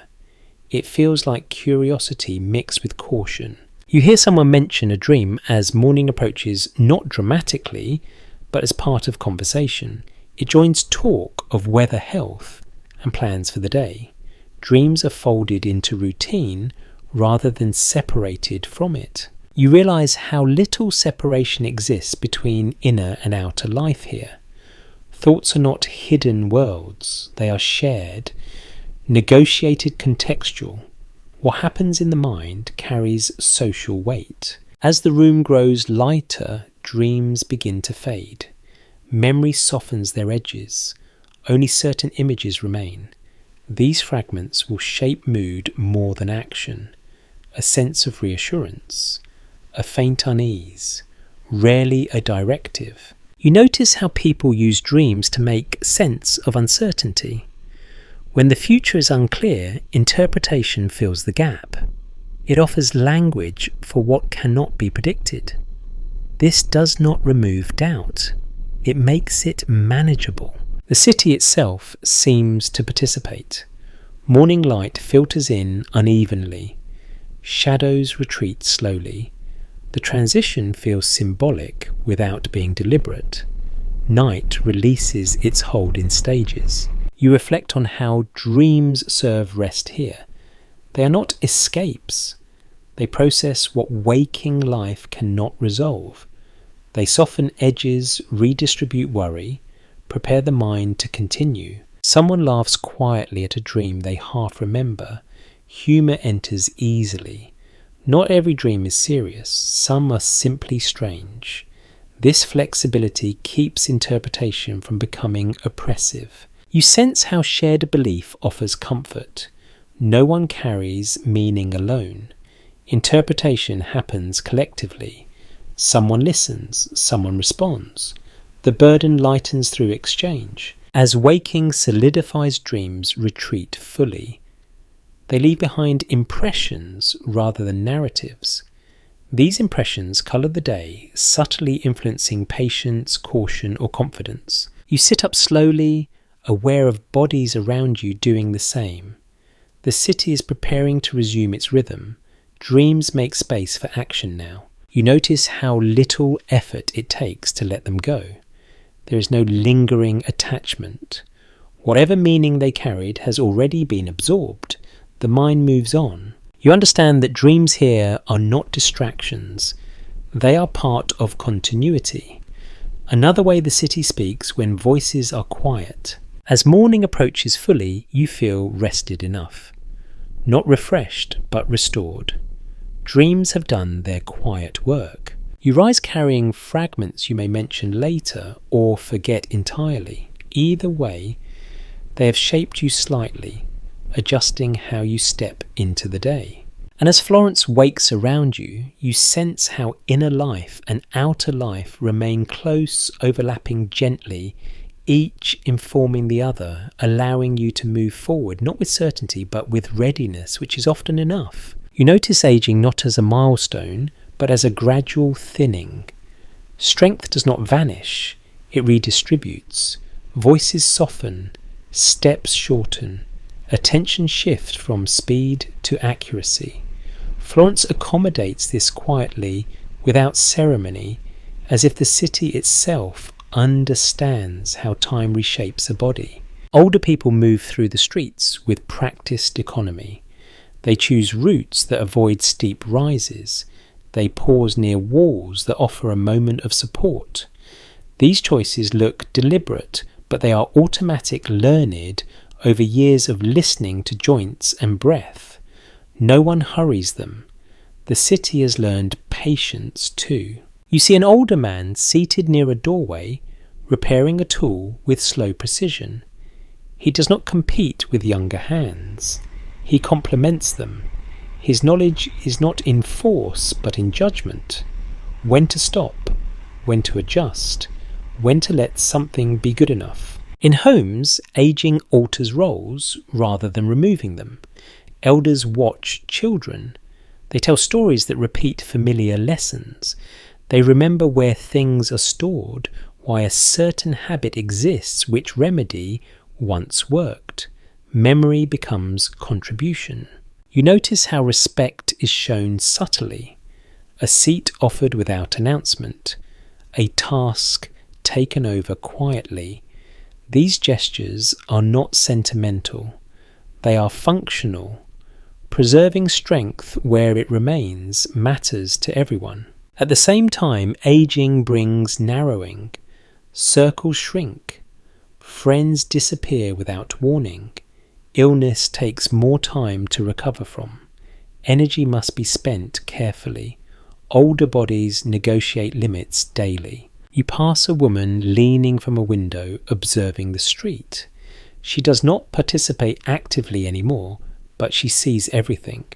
Her presence still influences behaviour. People greet her. She nods back. Belonging does not require motion. You sense how ageing is accepted rather than resisted. There is little talk of fighting time. Adaptation replaces ambition. People aim to remain useful rather than youthful. You notice how older couples move together. One adjusts pace to match the other. Hands reach out automatically when balance shifts. Communication happens through touch more than words. You also notice solitude. Some elders live alone, not by choice, but by circumstance. Neighbours check in casually, food is shared, small errands are offered, community fills gaps where family no longer can. You hear laughter from an older group gathered in a shaded corner. Their humour is sharp, unhurried, rich with memory. They joke about aches and limitations without bitterness. Shared experience eases complaint. You see how ageing alters perception of risk. Elders avoid unnecessary danger. They choose certainty over novelty. This is not fear, it is conservation. Inside a home, an older woman folds cloth, slowly smoothing it as she goes. The motion is careful, respectful. Objects carry weight now, not because they are heavy, but because they hold time. You notice how elders are consulted during disputes. Their presence steadies conversation. They remember previous conflicts and how they ended. Perspective cools urgency. Yet you also sense vulnerability. Aging brings dependence. When strength fails, suddenly support must appear quickly. The city responds unevenly. Some are cushioned by family, others rely on neighbours. The safety net is informal but real. You see an older man walking with a staff. Not decorative, practical. It marks rhythm aids, balance, signals presence. People give him space instinctively. As evening approaches, elders retreat earlier. Darkness complicates movement. Cold settles deeper into joints. Rest becomes priority. They plan around this without complaint. You feel how aging reshapes identity. People become less defined by occupation and more by relationship. Grandparent, neighbour, advisor, witness. These roles carry different weight but no less meaning. You notice how memory functions differently. Elders recall distant events vividly while recent details blur. This reversal shapes storytelling. The past becomes immediate. The present becomes impressionistic. Children listen to these stories without always understanding their significance. Meaning may arrive later. For now, the rhythm of familiar voices comforts. You see how elders mark time through seasons rather than years. Winter is harder. Summer offers relief. Weather becomes more personal. You sense acceptance rather than resistance. Aging here is not hidden. It is visible, integrated, expected. The city adjusts around it as naturally as it adjusts to weather. You also sense how elders disappear quietly. When someone is no longer seen, questions are asked softly. A candle appears. Life absorbs loss without pause. You realise how ageing teaches patience to the entire city.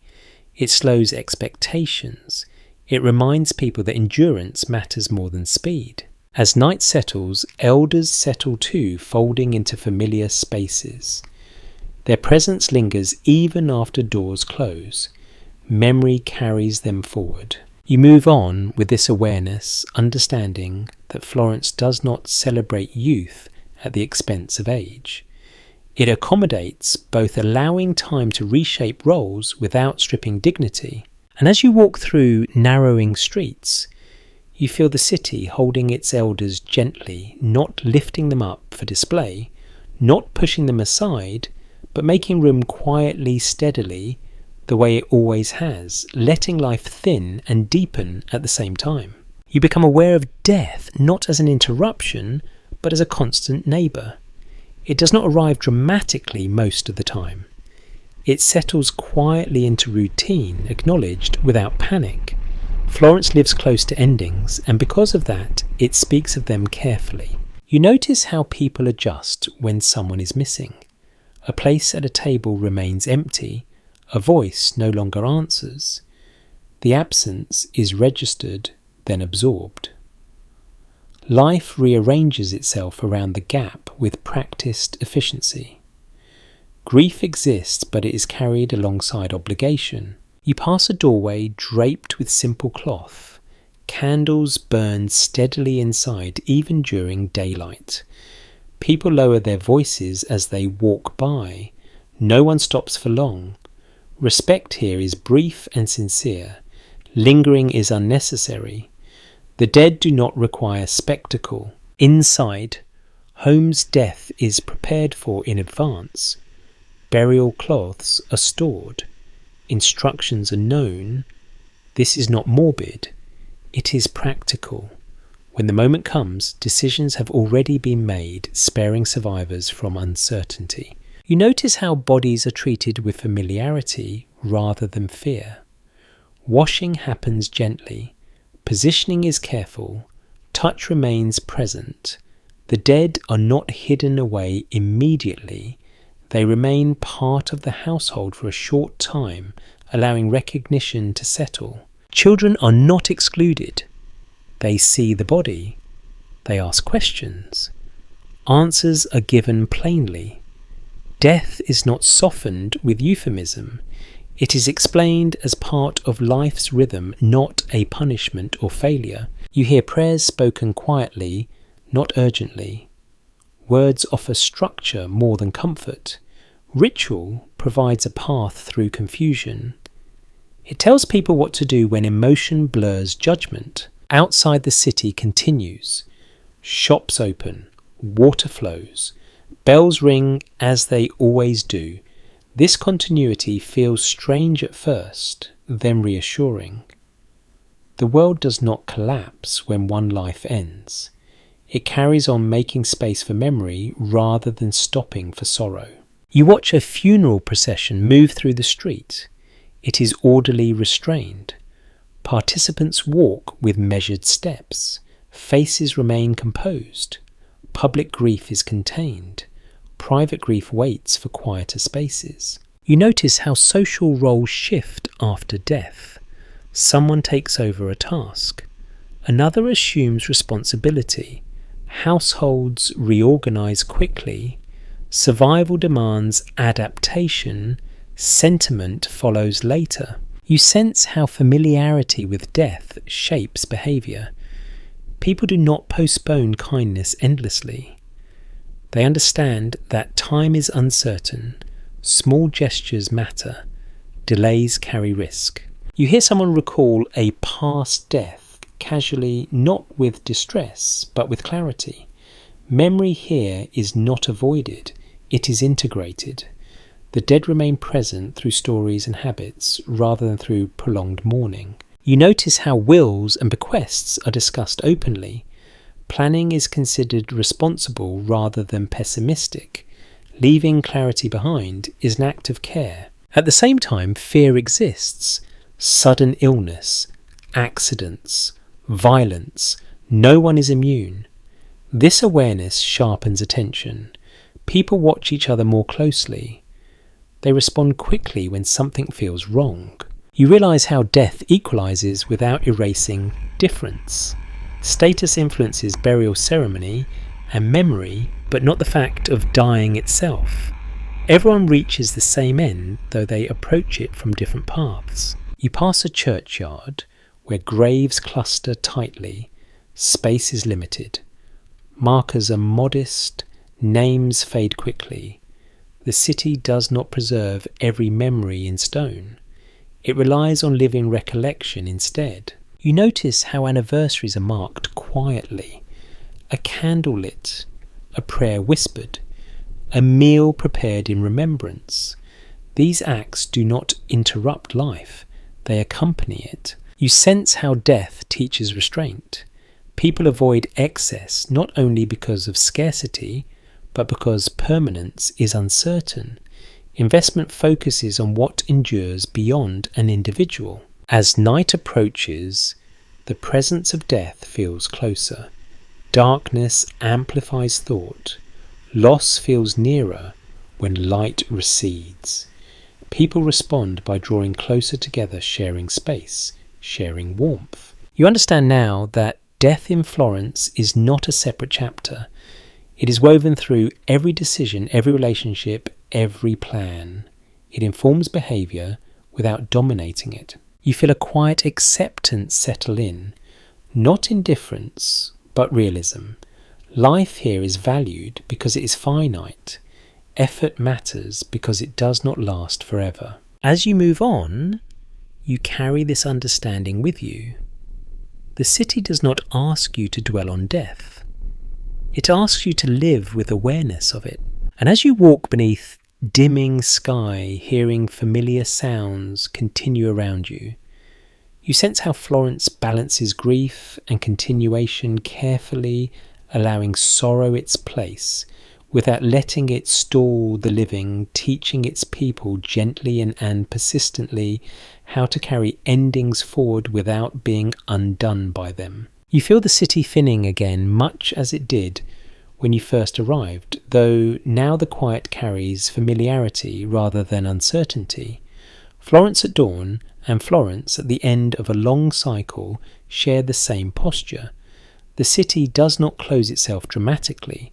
It loosens its grip, allowing you to step back without ceremony. Morning light begins its careful work, lifting shadows without fully chasing them away. The stones look the same, yet different. You recognize corners now. You know where the ground dips slightly, where sound carries, where warmth gathers first. The city no longer tests you, it allows you to pass. You walk more slowly than before, not from caution, but from understanding. You no longer need to read every face, every doorway. Patterns have settled.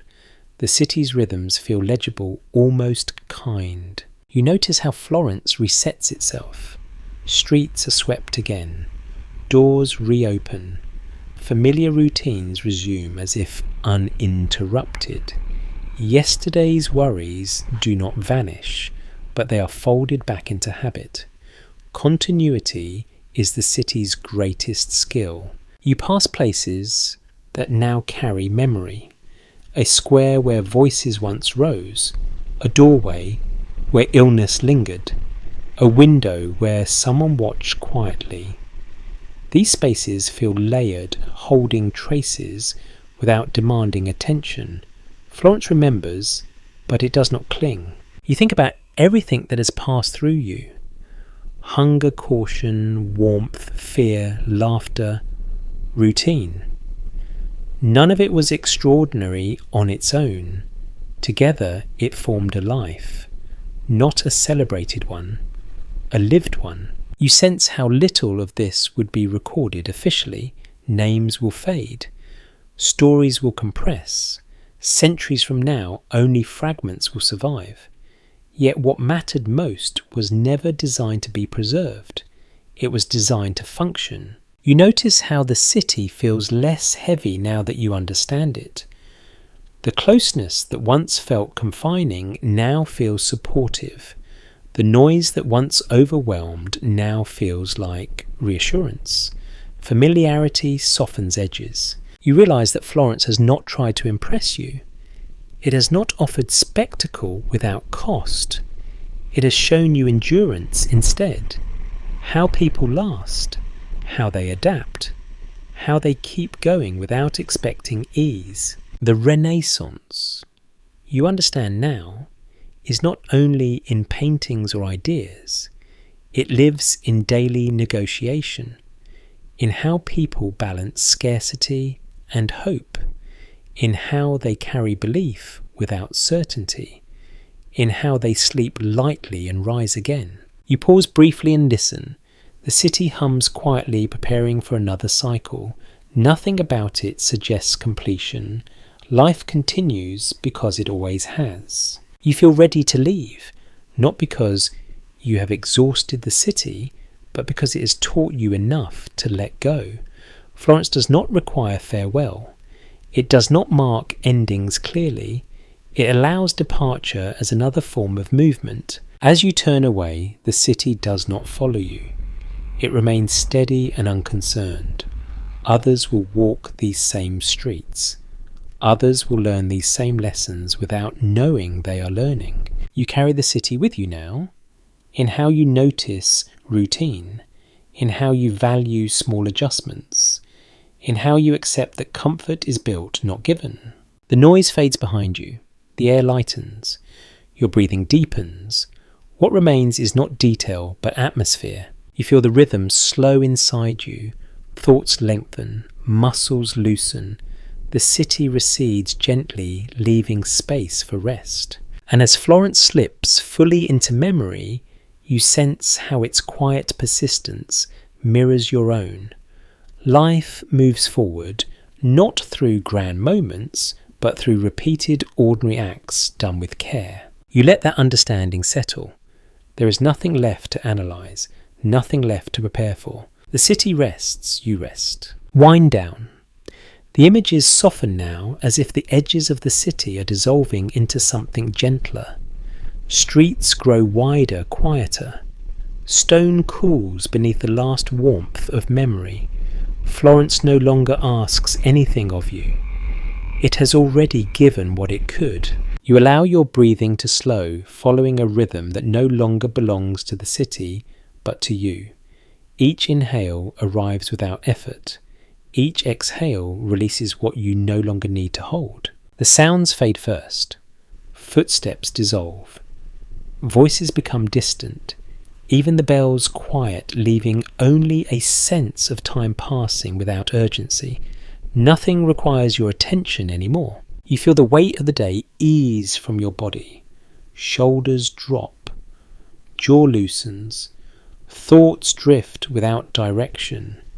There is no need to remember every detail. What mattered has already settled where it belongs. Florence remains somewhere behind you, steady and patient, continuing as it always has. You do not need to watch it anymore. It knows how to last without you. Your mind grows quieter now, like a room after guests have gone. Warmth lingers. Familiarity remains.